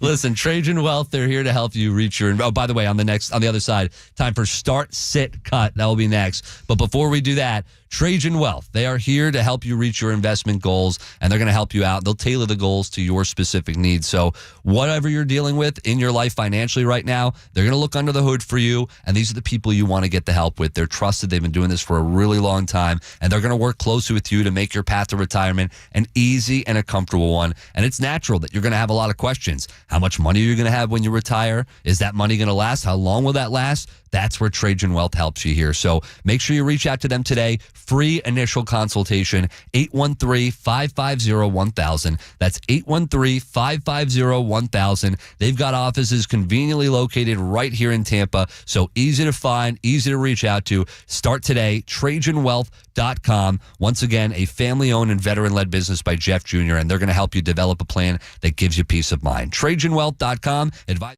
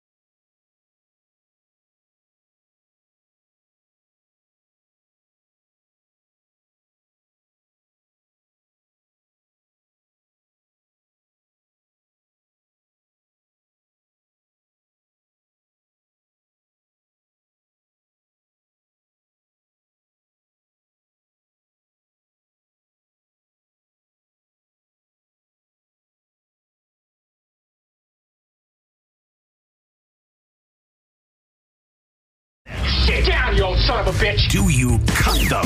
Cut it out. Cut it. Start, sit, cut is on the Pat and Aaron Show. Time for Start, Sit, Cut from the 727 on the text line. Start, Sit, Cut. Twitter, Facebook, Instagram. If you heard that last segment, you get why that's funny. Yeah, I would have to cut Facebook, sit Instagram, start Twitter. Yeah, and everyone's going to cut TikTok because it looks like that's on the way out. Seems like it. No, it'll never be banned. They just started to get on the talk. Seriously. Yeah. Somebody else needs to get the green screen thing going because I don't know how else to do it. All right, here we go. We'll get started first with most likely to cover this weekend on the road in the playoffs. Some interesting spreads here. Texans going to Kansas City, 8.5-point spread there. Commanders going to Detroit, 9.5-point spread there. And the Los Angeles Rams going to Philadelphia, 6 points there. Some big spreads. I'm going to have to start. No, it sounds crazy. The Texans plus 8.5 against the Chiefs. The Chiefs don't cover big spreads. Anything outside of a touchdown, they struggle to cover it. So until they can prove to me, and I know the playoffs, it's a different Chiefs, different animal. They've got the rest. Certainly they've had the rest. I'm going to start. Look at Andy Reid after a bye. How about 2 buys? Because that's basically what they've had. You're not wrong. Double it. It might be too much risk, and it double negative. It cancels out. I'm going to go start Texans. I'm going to sit the Commanders just because 9.5 is a lot of points. Detroit, they do have injuries to defense. I think the offense will be able to do plenty against Washington's defense, but I'm going to sit the Commanders 9.5. I'm going to cut the Rams at 6. I am also going to start the Texans, even though I think there's a decent chance that Kansas City wins this thing by double digits. I will sit the Rams. And I'm going to cut the Commanders. I think Detroit is going to come out on fire on Saturday night. And I think they're going to win big. And then, of course, the other matchup, the Ravens and the Bills, that is just a 1-point spread. Any upset this week, boys? I think the most likely is, honestly, I hate to say it, Los Angeles. I think, I don't know what you're talking about. Rams are probably going to lose, Philadelphia's favored by 6. So I think the Rams have a good shot to win. The reason I cut them was because 6, I could see if Philly does win, okay, you run it, you get a touchdown at the end of the game late, you're up 3 points, that makes it 10 points. You can change that spread pretty easily. I guess you could do that with the other games too, but I think they all could win. I think there's upset alert for all 3 games. Could happen. All right, let's get into these head coach job openings. 3 in the AFC, 3 in the NFC. AFC first, Jaguars, Jets, Raiders. Boy, this is a tough one, man. None of these organizations are very good. I'll start the Raiders just because I think that Tom Brady's going to add some sex appeal and make people want to go there. Also, there's just something about living and working in Las Vegas that'd be pretty cool. I will sit the Jets, even though I think they may be the worst organization of the 3. Still, kind of the same thing, living in New York, being part of that media market. If you get to turn that, if you're the guy who turns that team around, oh boy. And then I will cut the Jaguars because have you ever been to Jacksonville? It sucks. Jacksonville sucks. Never been. But when it comes to the head coaching job openings, they're looking more so, not at the city, but more so at the pieces and what the future looks like for the organization. They're all bad. Yeah, you're right, but who has the best quarterback of that bunch? If you believe he's the future, you can say Trevor Lawrence. Those contracts suggest that he is part of the future. Well, yeah, you might be stuck with a guy that's mediocre, unlike the other 2 teams that may be able to start over at the position. If you believe you can get your hands around him and make him better and make the team around him better, you have to start the Jags here, and you have to sit the Raiders because I think they're in a better position than the Jets. Jets are a dumpster fire of an organization, and the market is just tough to play in. Vegas, I think there's something around it. You're right with Tom Brady. There's something around it. There's always going to be a little vibe around it. So I'm going to sit the Raiders, cut the Jets. Okay, on to the NFC. Wow. Start, sit, cut. Bears, Cowboys, Saints. I'm going to start the Cowboys because once again, no. I'm going to start the Bears. Listen, Caleb Williams has ability, even if he's getting pranked by kids. He's got the ability to be a good quarterback. A long stretch this year without an interception. Yeah, you just got to put the right piece around him, and more importantly, you got to have the right offensive line in front of him. I'm going to start the Bears because there's a lot of opportunity there. I'm going to sit the Cowboys. You still got Dak, you got CD, you got to figure out Micah Parsons, but you got pieces, and it's Dallas. And I'm going to cut these Saints. I'm going to start the Bears because I do think they have. I'm not sure. I'm not sold on Caleb Williams yet, but I do think that there's a lot of opportunity there with that young man. They've also got a lot of pieces and a lot of money to play with. I'm actually going to sit the Saints because if I've got two organizations I'm not sold on, I'd rather the one where I can blow it up and start from scratch than the one where I'm stuck with a bunch of money on guys that are already underperforming and point. I can't build around them. I think the Cowboys are in trouble for a long time right now, and I don't know that I'd want to take over that organization. As we talked about yesterday, Dan Patrick put it perfectly. It is a prestigious job. It is no longer a great job. I will cut the Dallas Cowboys. Okay, I want to move on to this one because I'm very interested to know what you two fellas are into when it comes to household chores. I know Pat obviously is married, Aaron, single Pringle. So these household chores, dishes by hand, laundry, including folding, sweeping, and dusting. Who's doing dishes by hand these days? You know My what? roommate. Strangely enough, we still do them that way sometimes, even with the dishwasher right there, dad. because it's just fast. I'm too lazy to do that. You start this up, Pat. All right, I'll start. See, I never fold the laundry. I always do my laundry, but Heidi, God bless her, always folds it for me. I guess I will start, though, laundry because it's the easiest on my back. I will sit dishes by hand, and I will cut sweeping and dusting. I don't remember the last time I swept and dusted. We got one of those robot Roombas. vacuums. They're great. Yeah. I will start. This is a tough one because I don't do dishes by hand, but Yeah, and I you do have a some cleaner. of them. And I'm yeah, it's true. She's coming today, but I do dishes by hand. I'll start dishes by hand because I like to clean. If I can find a great woman who just cook for me, I'll do all the cleaning. I do not care. Dishes by hand starts. Sitting, laundry, including folding, because my laundry is right next to it's upstairs by my bedroom. It's right there, so it's easy. I'm a great folder. Really good folder. Oh, yeah, wow. Yeah, really good folder, guys. I'm going to cut sweeping and dusting. It's old school. I've got a Roomba, too. High ceilings for you. Yeah, I'm Pain not in the ass. I don't like to dust. I don't like to sweep. I don't like to get down and get the dustpan. We won't have to do any of this stuff, though, once we get our optimists. Let's go, Elon. Let's go. I had an argument with Pat yesterday. I don't want this. This is off the air in a car. We were going to lunch with our friend Brian Stamey. Great lunch yesterday. Yeah. What's that Indian restaurant name? Sacred Spice. Dude, I love it. Gonna have to try that. Right next door. Casey, we'll take you there soon. Let's go. All right, one more here. We were talking about the LT debate earlier, how, people that are more my age refer to LT as LaDainian Tomlinson. People that are a little bit older, like Pat's age, Lawrence Taylor. So, these NFL all-time great running backs start, sit, cut them. LaDainian Tomlinson, Marshall Faulk, Adrian Peterson. It's so hard to me between Tomlinson and Falk because they're both such great receivers, and I think that separates them from Peterson, in my opinion, Aaron. I still am going to go. I'm going to separate them. I'm going to start Marshall Faulk. I'm going to sit Adrian Peterson. I'm going to cut LT. Wow. Yeah. I don't know what this has to do with Lawrence Taylor, Aaron. He's not even involved.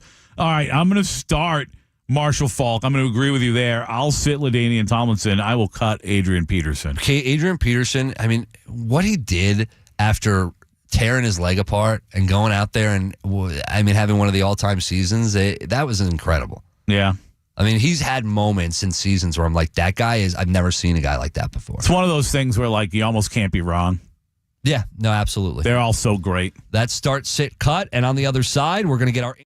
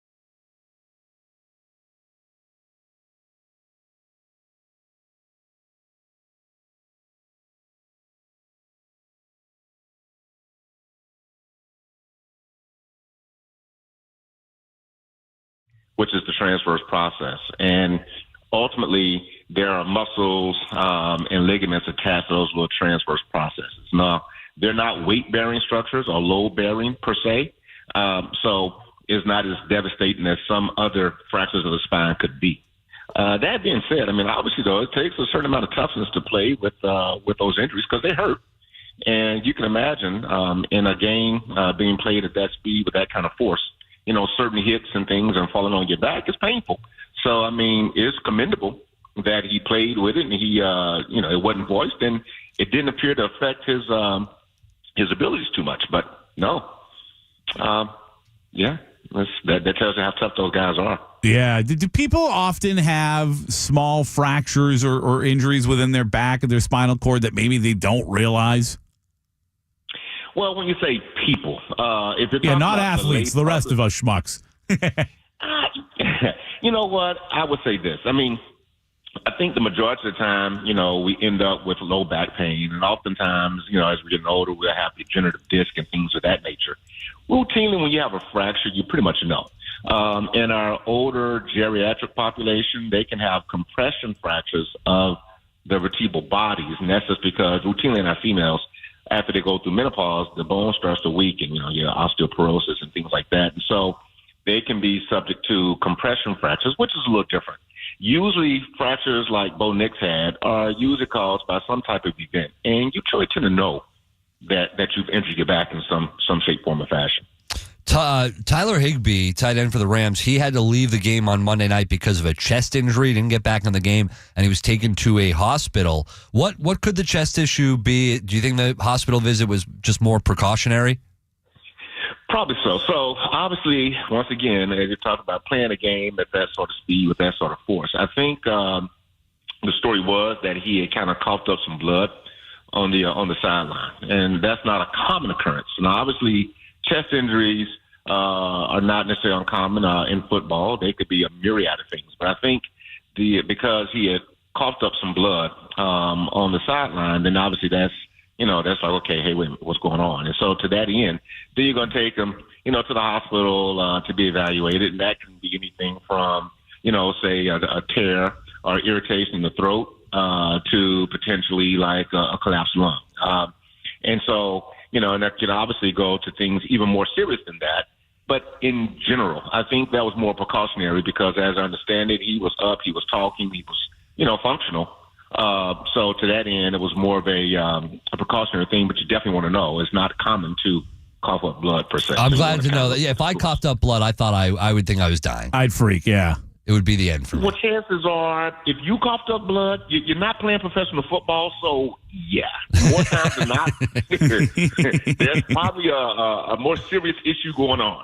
Yeah, Doctor, we don't usually allow our audience to troll the doctors come on the show with us. However, given what we saw about a month ago in D.C., Aaron and I, when we were there, I thought you may want to respond to this last text that we got that said, tell Dr. Eckles, go Army, beat Navy. Well, see, here's the thing. I don't know who sent in that text, but I am a Naval Academy graduate. Yep. Thank you. And I will say that this year, both the academies had very outstanding years. And actually, West Point had a better season than Annapolis. And so going into that game, I must say I was a little fearful that Army would prevail. But if anyone watched that game, they then know that the midshipmen stood up in their traditional form, and we whipped those boys pretty good. Oh, I know. My wallet knows too, Dr. Eckles. I was sitting there watching my money just go away. Hey, never bet against Navy, man. I learned a tough lesson. I should have learned in the Malcolm Perry years. I guess I didn't learn. I want to ask you about Nakobe Dean. He is a guy who he tore his patellar tendon in last week's game in their win. He's done. What's the patellar tendon? So, okay. All right. So the patellar tendon is what attaches your kneecap to your leg bone. All right. So when you're straightening your knee per se, you can feel it. If you feel right below your kneecap, that structure is your patellar tendon, and that's part of what we call the anterior mechanism, which allows you to straighten your leg. So obviously running and things of that sort, the patella tendon is instrumental in that. That being said, he's done. And it's unfortunate for the Eagles because an injury like that, he won't be able to come back this season. So obviously, I'm pretty sure he's probably had surgery already and is well into the rehab of it. But you got to let those, the tendon heal, and then you got to strengthen it back up so that, he should be ready to go next season. What about by training camp? Training camp, I think, starts in the summer. So this is what? This is January. Yeah, that's possible. It's possible. Obviously, with those athletes, they're very well conditioned, and of course, they're getting treatment, everything around the clock, which is why I suspect he's already had surgery. And so at this point now, the tissues are being allowed to heal. And so chances are he should be able to go by training camp. We'll just kind of have to see. You want to make sure you don't have setbacks and things like that, kind of like Deshaun Watson with his Achilles. You want to make sure you don't have setbacks in your rehab that could potentially then throw off that time clock. But all things going as expected, he should be able to get back by training camp. Here in Tampa Bay, a lot of Buccaneers fans hoping we're going to be able to re-sign Chris Godwin to the team. Obviously, he's coming off of what looked like a really gruesome injury with that dislocated ankle earlier in the season against the Baltimore Ravens. Is that the kind of injury that people recover from and they're back to themselves right away? I know a lot of times we say with ACLs, right? Like that first year back, guys are good, but it's really the second year back that they're back to themselves. How quickly can you return from an injury like that dislocated ankle to being back to the player you were if you're a guy like Chris Godwin? Okay, so there are a number of factors that come into play with that. One, it depends on what structures were damaged, in the dislocation. You can have dislocations that are purely ligamentous, but usually there's going to be a broken bone associated with the dislocation. And so it's going to depend on what all structures were injured. And then as far as returning to form, once again, if the cartilage and that sort of thing were damaged, then you have to imagine that at some point in time, they're probably going to develop some traumatic arthritis. Now, that usually takes place over time. As far as getting back to, high performance level, everybody's different. And so once again, for instance, for years, people, after Adrian Peterson had his ACL reconstruction and came back and played in like 7 months and played well, then of course, everybody, wanted to say, they come in with ACL injury. They said, well, we want what Adrian Peterson got. Well, I'll tell you, Adrian Peterson got everything that everybody else got. It's just that Adrian Peterson was Adrian Peterson. That's right. So that being said, with Chris, it's going to depend on what structures were injured. And based upon that, then that's going to determine the timeline to when he does get back. But once he gets back, provided that he doesn't have any arthritic changes or things like that, then it's very possible he can get back to his pre-injury state. That's potential great news for Bucs fans, especially Bucs fans that think that the Bucs are going to re-sign Chris Godwin this offseason. The Pat and Aaron Injury Report presented by Tampa General Hospital in partnership with Florida Orthopedic Institute. They provide you access to one of the top orthopedic programs in the nation. Schedule your appointment today at floridaortho.com. Dr. Eddie Eckles, we really enjoyed the conversation today. Thanks so much. Hey, thank you. Enjoy talking to you guys. Thanks, Doc. Go Navy, he says. All right. Ian Beckles is in studio. The great Ian Beckles. We got a lot to get to with Ian Beckles. We got a couple surprises. I guess, Pat, you got a surprise at 8:30? I do, yeah. I've got a surprise at 8:30. We've got a surprise together, I guess, with your dad at 8:15. It's gonna be a raucous hour with Ian Beckles. Ian Beckles in studio next, but we were just talking to our doctor, Dr. Eddie Eckles from Florida Orthopedic Institute, and in partnership with Tampa General Hospital, whatever injury you are dealing with, they're going to fix you right up. They have the best of the best over at FOI and Tampa General Hospital, Florida Orthopedic Institute, in partnership with them. Highly skilled, board-certified physicians and surgeons at Florida Orthopedic Institute. Some people have to travel all over the country for great orthopedic care, but you have it right here in your backyard.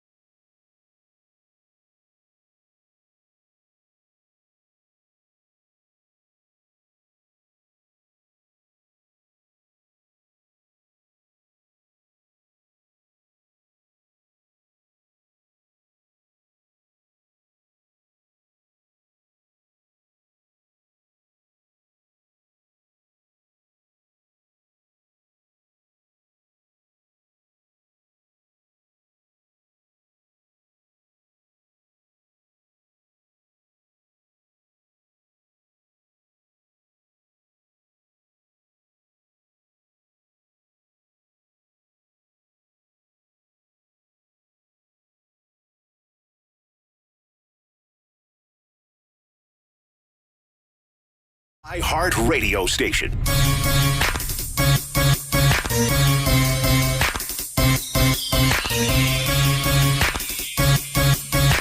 Pan Aaron 95.3 WDAE and AM 620. Ian Beckles back in studio with us again this week. And we've got a lot of fun to have with Ian Beckles today because, first of all, we've got to go over the Buccaneer loss, of course, last Sunday night with Ian Beckles. But also, Jake Jacobson has what I would call a revolutionary idea about the NFL and a way to change NFL football forever, Ian, that is so good that we think you're going to want to hear it straight from Jake's mouth and react to what could be groundbreaking and change football forever, Ian.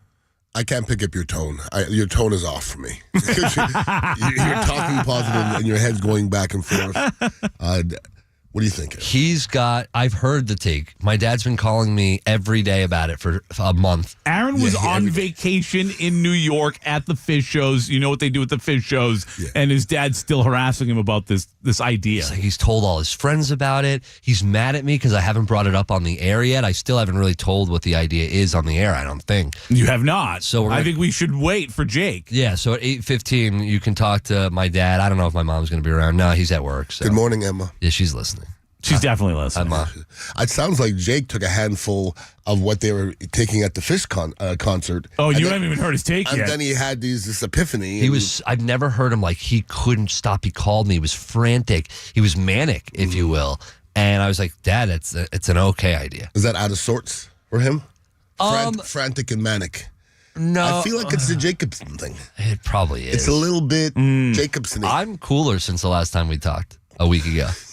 I've been bold. I don't know if I believe. I've been really bold this week. Long COVID is over. Long COVID's still here. It's made me bolder. I've been bold is a funny statement. I took what you said to me to heart last week. What did I say? Stop being a P. That kind of essentially in so many words. You didn't say it in those words, but I know the look and the conversation we were having. You know my look? You do know my looks. I do know your. I've known you for over a decade. I know your looks. Yeah, you do. So wasn't it more about your mom shaming you though? But your mom telling you that you were being a P during the whole Joy Taylor conversation? But when we were talking about saying things and being scared to say things, we kind of came in with it together that we had to just start saying what was on our mind. Who did? Who's all of us together last week. You guys were doing it. You guys always do it. Yeah. I never do it. I'm starting. Last week, I've been really good at it. Ian and I are at an age where we don't pussyfoot. You are not my age. We're don't do that. We're in the same demographic. No. How old are you? I'm 47. Stop it. Is 37 the same demographic as you?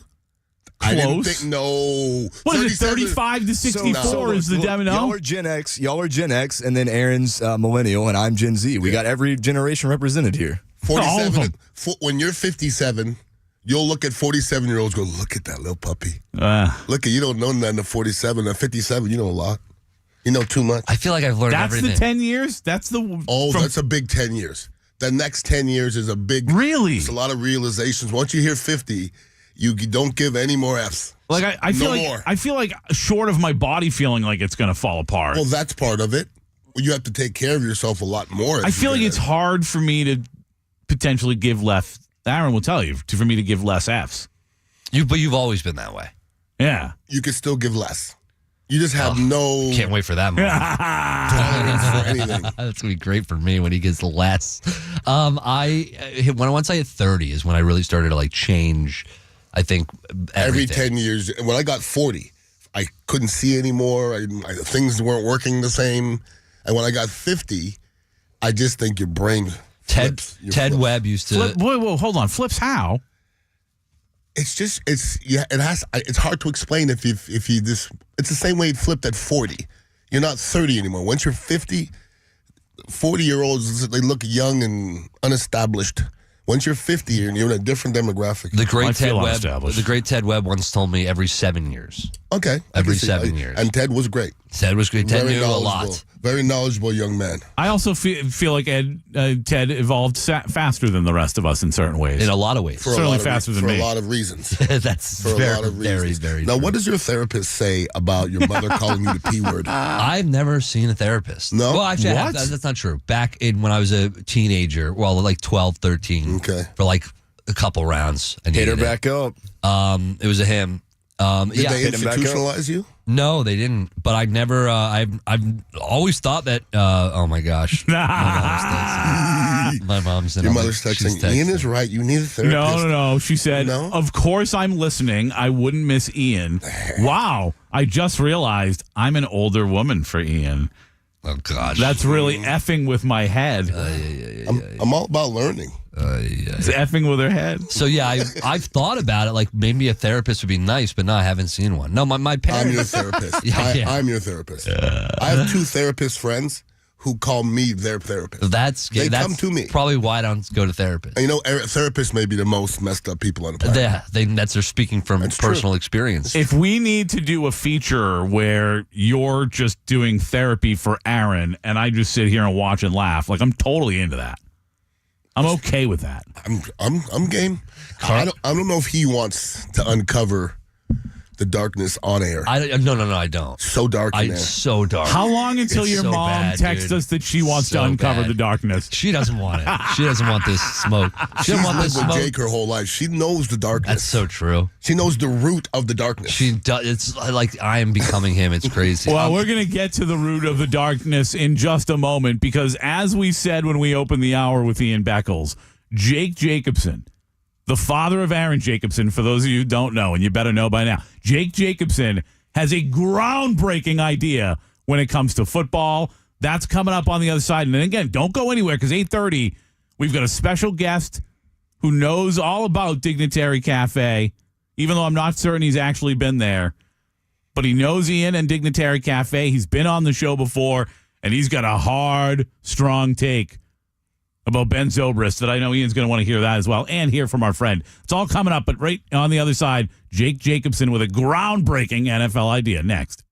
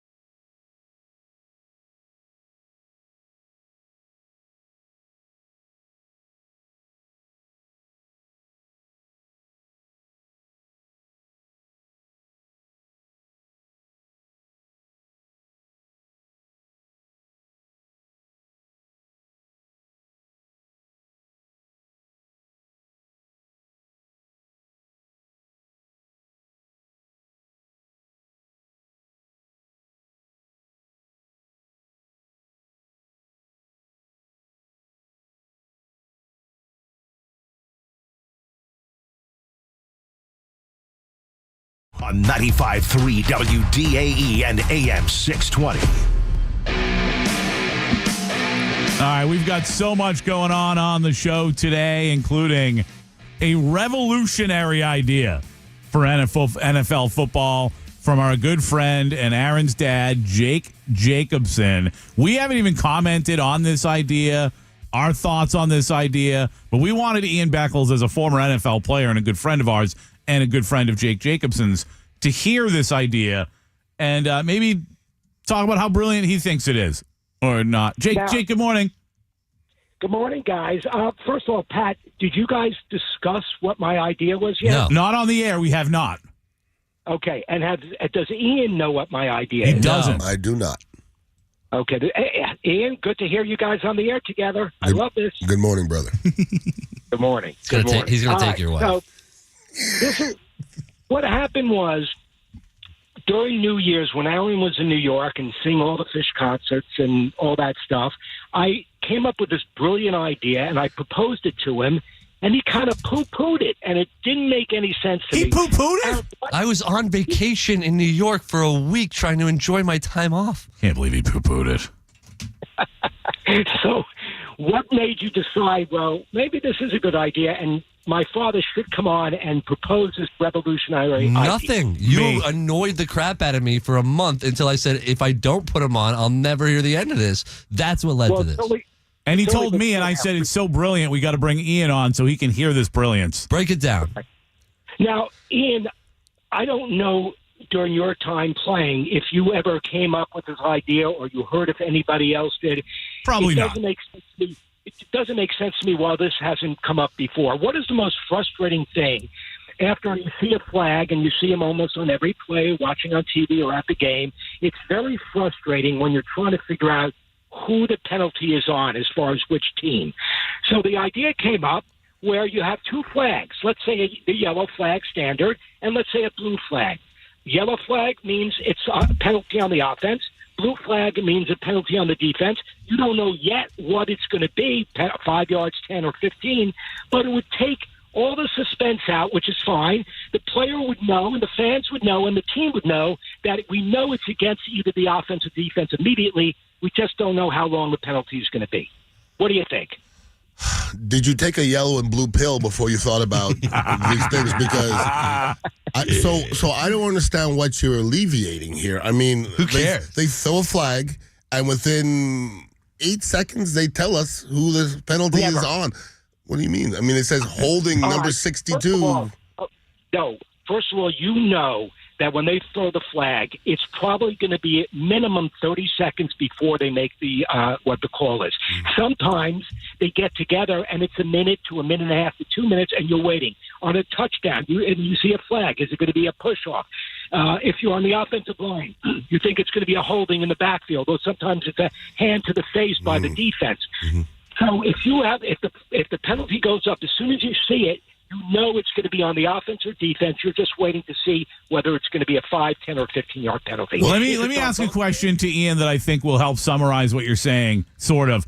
Ian, in your opinion, who do you think was tripping balls harder? Was it Aaron at Fish, or was it his dad coming up with this idea? I think it was equal.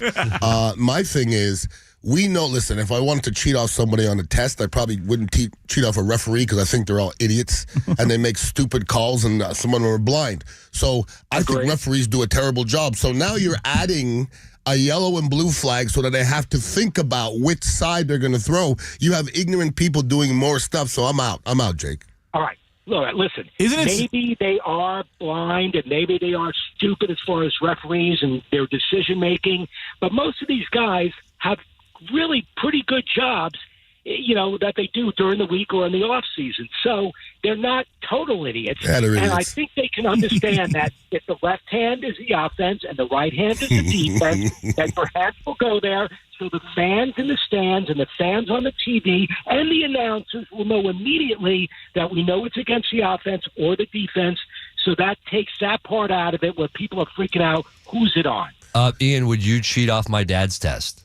Oh, yeah. Me and Jake would have been I cool. wouldn't. No, he's not smart. No, not a football No, test. I would cheat off my mom's test, not off my dad's. Well, test. definitely. You didn't give me a choice. You asked me if I cheat off your dad's test. Yes. If I have a choice between, first of all, any choice with anything, it's Emma. I'm just saying. Tell her to say hi. Jake. Of course I would tell you. Say, I'm upset with you down. This is absolutely brilliant. It's not. Hey, Jake, we should get my mom on right now. At the same time. No, it would probably turn very badly.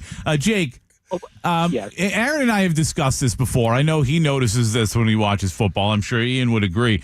Have you not noticed that if you're really dialed into the game, if you're really watching the game closely, you typically, based on where a flag is thrown, have a pretty good idea what that flag's going to be? You say that, right? But a lot of times there'll be a push off on the defense or the offense on a pass play. Sometimes at the line of scrimmage, and Ian knows that because he played it, they get pushed into the face. So you think it's going to be holding on the offense. It ends up being hands to the face on the defense. Yeah, but to Ian's original point, 8, 30, 40 seconds. Like, who cares, and man? the players know, Jake, when I see a flag and if it's involved with what I was involved with, I know if it was holding or it was hands to the face. I don't think he's worried about the players. I think he's concerned about viewers. No, yeah. I understand. And Jake, do you understand this? And I'm going to break this to you gently because maybe you need a therapist too. Jacobsons are a little bit. For 20 years. Yeah, Jacobsons are. Things bother them. You know what I mean? You guys are sensitive. So like that doesn't bother a lot of people. So so when you're throwing ideas out there, maybe Aaron's not the only person that you call. Maybe call Emma or call myself or somebody or Pat, and we'll talk you down. Because Aaron's not the best guy. I texted. I have a group of friends, grew up with. We're all big into sports, football, everything else. I texted the group. They all said to me, that is the most brilliant idea because it's so easy. It's so much easier for the fans. If you're on TV and you see that yellow flag come up on the screen, you need new friends. You need new friends. Oh, I've met your friends. Yeah. I love them to death. They're all moronic. Now you're on the TV. If it comes up yellow flag, it's against the offense. If it comes up blue flag, no, we know the concept. Listen, Dad. I've seen this text chain you're talking about with your friends. It's no good. I love that he thought if he reiterated the idea, we would suddenly go, "Oh wait, now that you say it." All right. Hey, speaking of text, Jake, on the Bartow Ford DA text line, I should ask Ian this question. Ian, if Emma came up with this idea, would you be all for it, or are you just putting down your girlfriend's husband's idea? Look, hey guys, don't put me in a bad situation here, okay? I got the son here. I'm talking to the father. The mother's listening. I'm just trying to be me. Definitely Emma. Every time. On the text line, terrible idea. Just tell him, Ian. People that don't think it's good. I already did tell him. Yeah. Idea. You got 35 minutes. Open up the phone line. I'm telling you, it's going to be take a census on this. Oh, I wish we had time for that. Be in favor. I love it. He wants us to take the final 35 minutes of a Thursday show, and we got Ian Beckles in studio. We've actually got a big surprise for Ian next, and a take, honestly, Jake, maybe as crazy as yours. And I can't even listen to it. I'm sorry. Aaron, call me after the show. Aaron, tell him about the iHeartRadio app and podcast. Well, you can listen to the podcast later. He's working at Publix right now. Go do whatever you do at Publix and make everyone happy. All right. Love you guys. Love you, Jake. Too. I still don't know what he does over there. He just wears an apron. I'll bet you he's telling people that come through the line while he's bagging, like, do you think this is a good idea? Because my son on his radio show and his co-host and Ian Beckles, they said it was a bad idea. He's the kind of guy that drives me nuts at Publix. When I get into a line and I just want to pay for my food and the person in front of me is just having a conversation with the guy who's ringing up all the groceries, that's my dad. I like Jake, too. If somebody didn't like Jake, we can't hang out. Oh, yeah, he's the best. If you don't like Jake, you got a problem. No, that's what I'm saying, right? though. If you don't like Aaron, I get it. I'm the same way. No. If you don't like Jake, you got a problem. Aaron, Aaron's a pretty likable guy. If you don't like Aaron, you don't like yourself in the mirror. Come on, seriously. Aaron? No, Aaron's pretty likable. Why are you so shocked by that? Got some He's stuff, the least abrasive people... person. He's the least abrasive person I've ever met. What's abrasive about Aaron? Least? How is he abrasive? You're a liar. To you. Dude, you guys are married. Hold on. Yeah, he deserves it. You do deserve it. Aaron is not abrasive. I'm joking around right now. Yes, you are. But you're still a liar because I know you've met Chris Mathis. I'm sorry. Chris Mathis is the least abrasive, and then Aaron is the next up right after that. Well, I'm going to tell you somewhere else you can go where you won't deal with any kind of abrasive people because the people over there, they're the best. Just like our friend Brian Stamey, Aaron and I had lunch with him yesterday talking about how excited he is about the new year, how excited you should be about the new year. And listen, when it comes to the new year, you know it's always a time to start fresh and look ahead. And everybody at International Diamond Center, they're excited to be a part of your special moments in this new year, to the point where they've even expanded their selection for the year. IDC's diamond inventory has never been better. All the sizes, all the shapes, all real, natural, precious diamonds at the best direct importer prices. And it doesn't stop there. IDC is showcasing all the new styles and trends in engagement rings and fashion-forward jewelry inspired and created by the world's premier designers. Yeah, and no one has more fashion-forward jewelry than IDC. My bad, Pat. I got excited. No one, and you got to check out their Swiss watch collection. Mind-blowing. It is. Fabulous selection of pristine pre-owned Rolex watches as well. I just got a text from my dad. He said, I do tell the customers, and they all agree it's brilliant.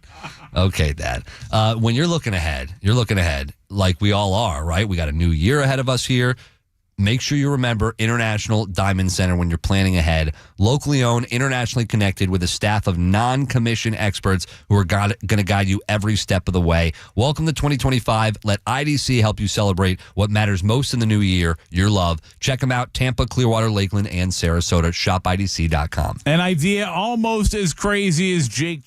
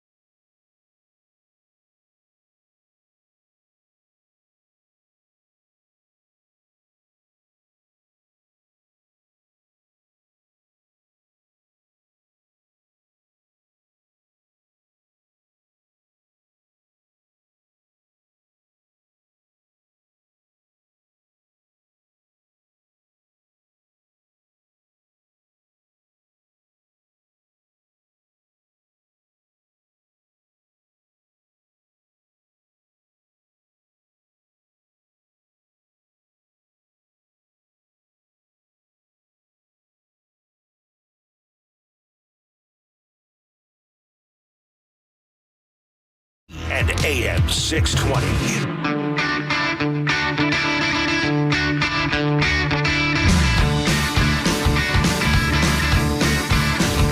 We're going to have a special guest joining us on the phone, but we got a special guest in studio right now. It is, if the button will work, Ian Beckles. Yeah, man. That button. Ian. Yes, sir. What did you think of the game when we break down that end of the Bucs season? What did you think of how it ended? A tough game against Washington. One of the Bucs had some opportunities but didn't get it done. That's football, because I listen to you guys. I listen to other people speak on sports. I didn't hear many people picking Washington. That scared me initially. Anytime something's all swaying one way, and obviously we're biased here, but we were like, oh no, we're going to be fine with Washington. My mentality was, I think this defense is good enough to mess up a rookie quarterback in the playoffs. When it's all said and done, when you let a rookie quarterback come into your house and be comfortable all game and do what he did, you're not good enough.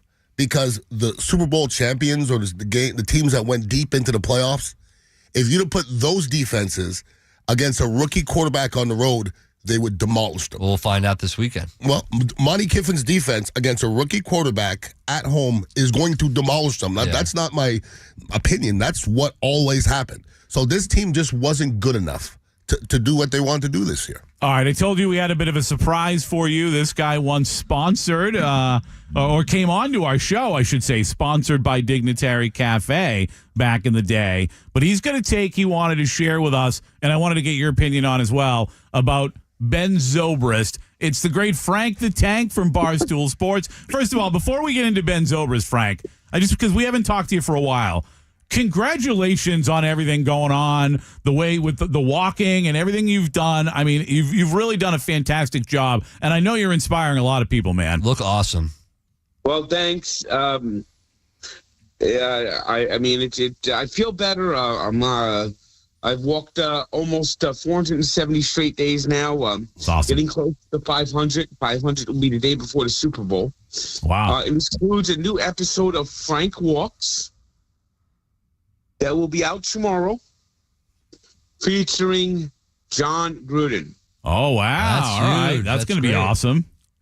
So you're the coach of the Super Bowl 37 champion, Tampa Bay Buccaneers, John Gruden, and I walked last week. I think this is going to be one of the more entertaining walks I've done. Interesting. Now, you had an entertaining take that you sent to our friend Bobby that you wanted to talk to us about this morning. I want to hear this. Well, Ben Zobrist, I can't believe anyone actually thinks he's a Hall of Famer. Oh, I thought you thought he was. No. All right. It's Bobby who thinks that Ben's a Hall of Famer. Yeah, it's not even close. Well, you look at his career numbers, 266 overall batting average, 167 home runs. Now, what he not did, a Hall of Famer. I think what you can look at what he did for the Devil Rays at the time, but for the Rays eventually, helping part of the transformation. But Kansas City, what he's able to do and change that and help win a World Series. Are you arguing for him to be a Hall of Famer, Aaron? I'm giving points as to why he could be a Hall of Famer. What he did in Chicago, once again, helping them do something they never do and win a World Series. He's just a guy. He's a guy who helped a lot of teams, and if you look past the numbers, I think you can make an argument that he had. The Hall of Fame's all about numbers, man. Yeah, maybe that's the case. Frank? I mean, Ben Zobrist, I'll be shocked if he gets more than one or two votes. I mean, I'm with you. I mean, not even close to being a Hall of Famer. Is there any Ray ever that is close to being a Hall of Famer? Sam Fuld. I think Longo's probably the closest, really. No. I don't think he's a guy. I don't think he's a Hall of Famer. I think Longo's Hall of Famer. He's the closest. I don't know if he's a Hall of Famer. Wade Boggs. If you call him a Ray, yeah. He's a Ray. He was here. Yeah. I mean, Longoria had his brief shine. Then you had Price had his brief shine, but none of them sustained it long enough. Carl Crawford had brief and couldn't sustain it in Boston and where he went. So yeah, this was a very bleak conversation. I didn't get anything from it. Frank, while we've got you here, Zobrist is a guy that you do need to win World Series. but he's that utility guy. Yeah, he's a glue guy. It's that guy you plug in, and he makes the team better. I mean, he did win World Series with the Royals and the Cubs, but he's just a plug and play guy. He's a guy that's like, okay, that guy was good. That guy had a good career, but he's not even close to a Hall of Famer. I agree. Frank, before we let you go, I want everyone to check out Frank's walks because they really are inspiring for a lot of people from Barstool. Frank, what do you think? Your thoughts on Stu Sternberg, real quick, before we let you go. Rays owner. That said it. When you have a team that's bad, that's what your situation is. And I think a lot of the problem is they just don't draw well enough to get play. It's not like a Marlins situation where everyone hates everybody. They hate the team. They hate the stadium. They hate everybody. And the stadium's in a good spot. I mean, I've been to Tropicana Field, and it's like watching baseball in a Costco. Oh, man. Well, we're going to get a new ballpark one of these days, Frank. It's bad what happened to the roof. It was good they had a stadium plan. I don't know what's going on with that stadium plan anymore. Yeah, neither do we. We have no idea. I got to show you. It looks like it's very muddled right now. Yeah. They need a new stadium. There's no ifs, ands, or buts about it. Well, we know. Let me put it this way: if Tampa Bay doesn't build that stadium, they will leave. Somebody on the text line brought up Gruden with Frank and the walk, and I don't know. I got to show Ian and Pat. I got to show you guys during the break. There were two girls that ended up like yelling towards them, and Coach John Gruden thought they were yelling towards him. They just went up to Frank. They wanted to take a picture with Frank. I get it. Yeah. Yeah, Yeah. That's exactly right. Frank, always fun talking to you, man. Keep up. We'll talk to you again soon. All right, and I hope the Rays do get a new stadium. I hope they get a stadium that's actually worthy of them, and it'll be definitely help. Thank you. Yeah, we'll look forward to getting you down here again when they do. And again, thank you, Frank the Tank, for your. And I'm going to be honest. I feel bad, Ian, because we've got you here and we brought Frank. I thought he was going to say that Ben Zobrist was a Hall of Famer. That's kind of what I was led to believe by the text message. That's what you thought too, right? No. I read it how it was. I didn't. You don't read well. I just looked at a screenshot. It wasn't clear to me. As Pat said, he almost read a book a handful of times. I thought if he had said he was a Hall of Famer, he'd jump in on that conversation. I mean, your communication between you guys is terrible. Awful. By the way, who the hell thinks Ben Zobrist is a Hall of Famer? That's not even.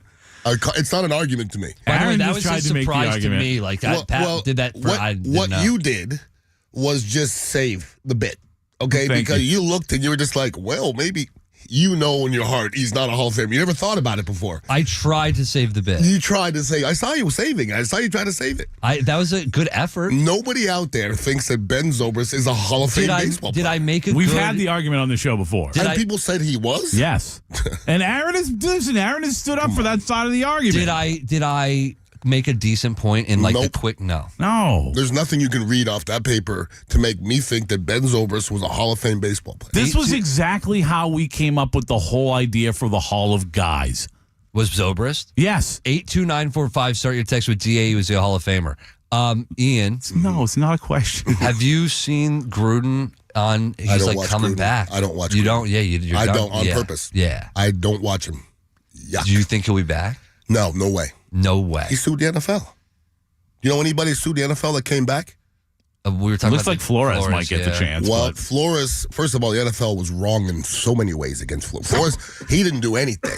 Flores didn't do anything in the whole situation. He got screwed, and so the NFL is making amends by letting. And he's not a head coach. He should be a head coach.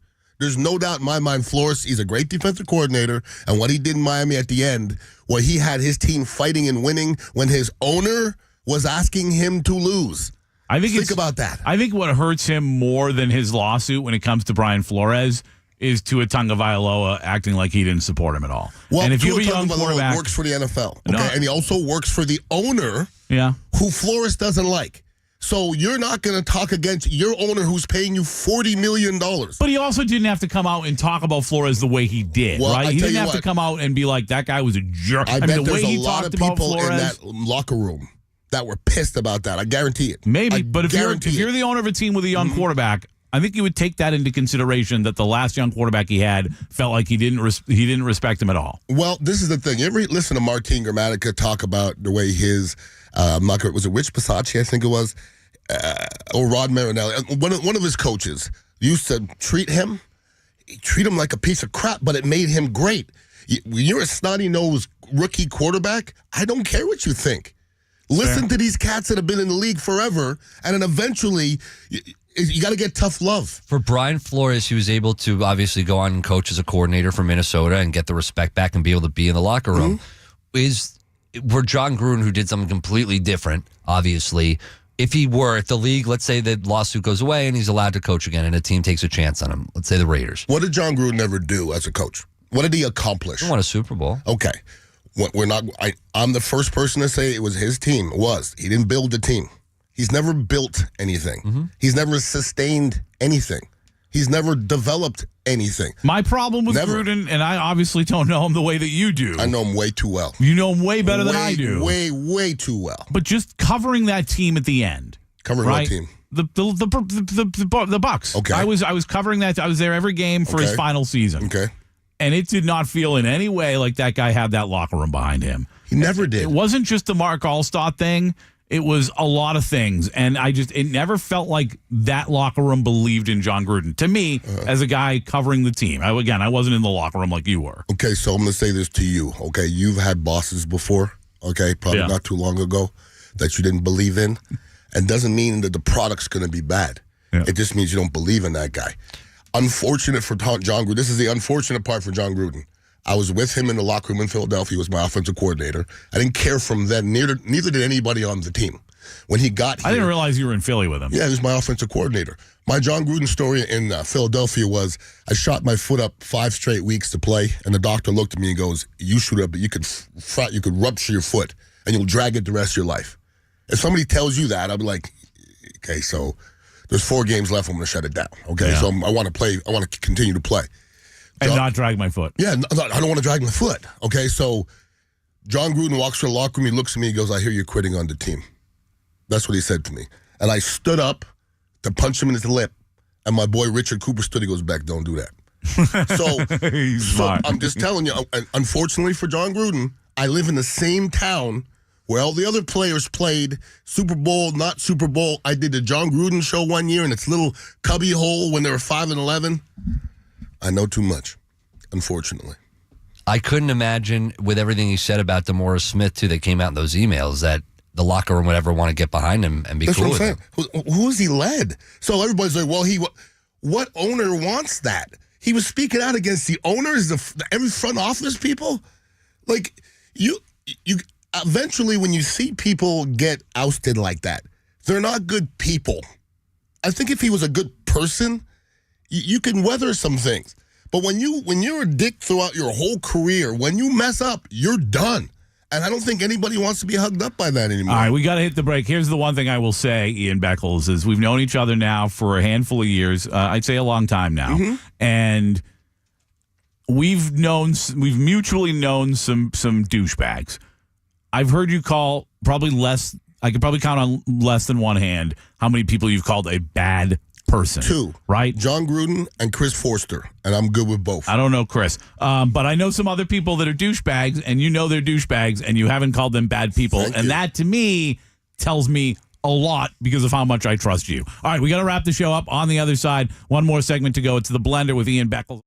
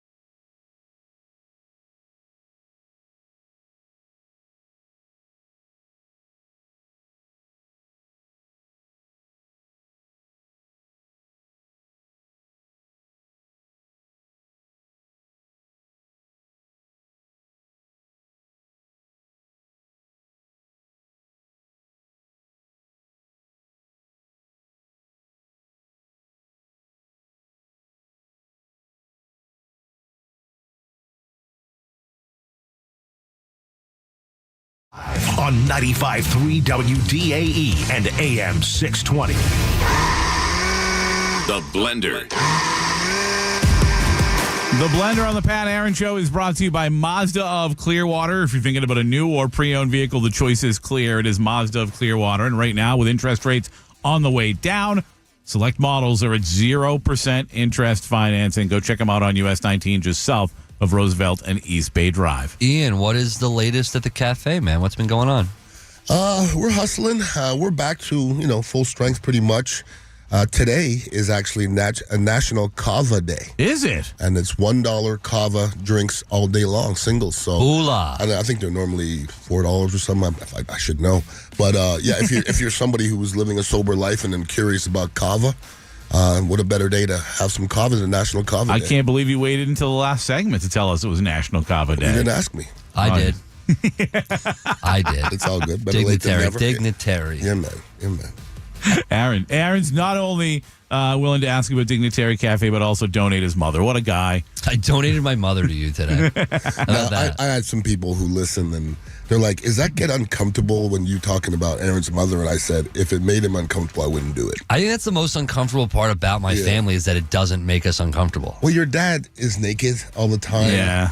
And there's the aesthetics of things are odd because your mother called you the P word. My mother would never call me a word. We've got a weird dynamic. It's different. We got a weird dynamic. Like my dad this weekend convinced me I can come home to Sarasota because he's leaving town. He said I can have the bed. So the fact that I can sleep in the bed without my dad is like you can come home. What do you mean? Oh, I refuse to, but I do occasionally. That's good. That's good. You refuse to, but you do. Like a lot of the times I refuse, but there have been times I'm really comfortable. I need a really good sleep, and I'll create like the Great Wall of China. Wait, they have their own beds? My mom sleeps on a couch. Your mom sleeps on the couch? My mom's like an insomniac. She works throughout the night. She's always cooking. She's always doing stuff, and she'll take like a 2-hour snoozer on the couch. She's cooking in the middle of the night? Yeah, it's just weird stuff. Oh, I would hate that. It's just weird stuff. So sexy. She does, and then just work. She's just cooking in the middle of the night? She's always done this. What's Since I was she a cooking? kid. Yorkshire pudding? Yorkshire pudding? Yeah, that's right. What is she cooking? I have no idea. No? She's avoiding the bed with my dad by coming up with tasks. So if I come up with things to do, it's not a weird. I'm just going to avoid the bed with. Yeah. Listen, I feel like if Aaron had to have a stepdad, he would like it to be you. I'd be a great stepdad. You know what? Be a great stepdad. I never felt weird until now. Until now. I'm like, Aaron, sit down. It became real. At Thanksgiving, be weird. You would be the coolest. I'd be cool, dude. I'm like, Aaron, let's go back and relax. You would be cool. Yeah. It would be such a different pace, a change of pace from my real dad. Yeah. Until I tell you to shine my shoes. I'll do it. Whatever. Sounds awesome. Yeah, you would. Perfect fit. All right, let's get this show on the road. I think we should do this. Casey Warner, have we missed anything during today's show? Yeah. Let's talk about some sports for a minute. For me, Aaron, and his stepdad. Ian Beckles, got to get your pick for number one, the national championship game on Monday, and then give us your picks for the NFL divisional round this weekend. I'm going Big Ten. I'm a Big Ten guy. You know what I'm saying? Yeah. It was almost double Big Ten. It was pretty close. No SEC. I didn't want to see that. Did you? Yeah, as a Big Ten guy, yeah. Because I've been listening for the last 30 years about how the SEC is a god, and they have been. They have been. And I'm in SEC country. I don't want, people hate Ohio State. Ohio State might be the most hated team in Tampa. Seriously. I hate Ohio State. I think it's because they beat Florida or something back in the day. I like Michigan. College football hate to me is still so bizarre. It is weird. It's on a different level than any other rivalry and hate. It's different. The amount of people that just hate Ohio State and the people that think that Day should be fired. I mean, look at what Ohio State's doing right now because I get it. They lost to Michigan. That sucked. That was a really 4 years bad in a loss. row they lost to Michigan. Okay. That's a big deal there.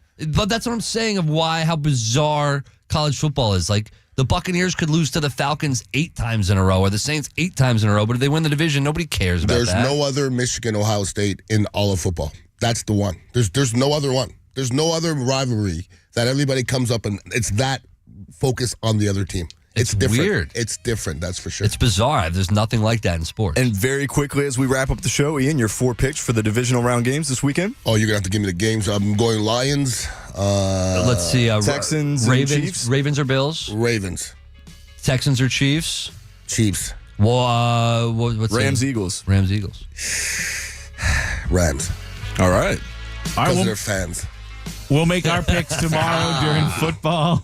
during football pick'em. That's all we have time. Ian, thank you for coming in as Anytime, always. brother. My pleasure. Sorry we wasted some of your time with Frank the Tank. I enjoyed it. bad. I enjoyed it. It was a good conversation. Ian's so nice. He is the I best. am nice. All right, and you know what? We won't get yelled at like we may have before. Hey, Casey Warner, he's in the penalty box. Aaron Jacobson with me, of course. As always, just want to say thank you so much to the men and women who serve our country and allow us to be morons for a living. Sorry, Mom.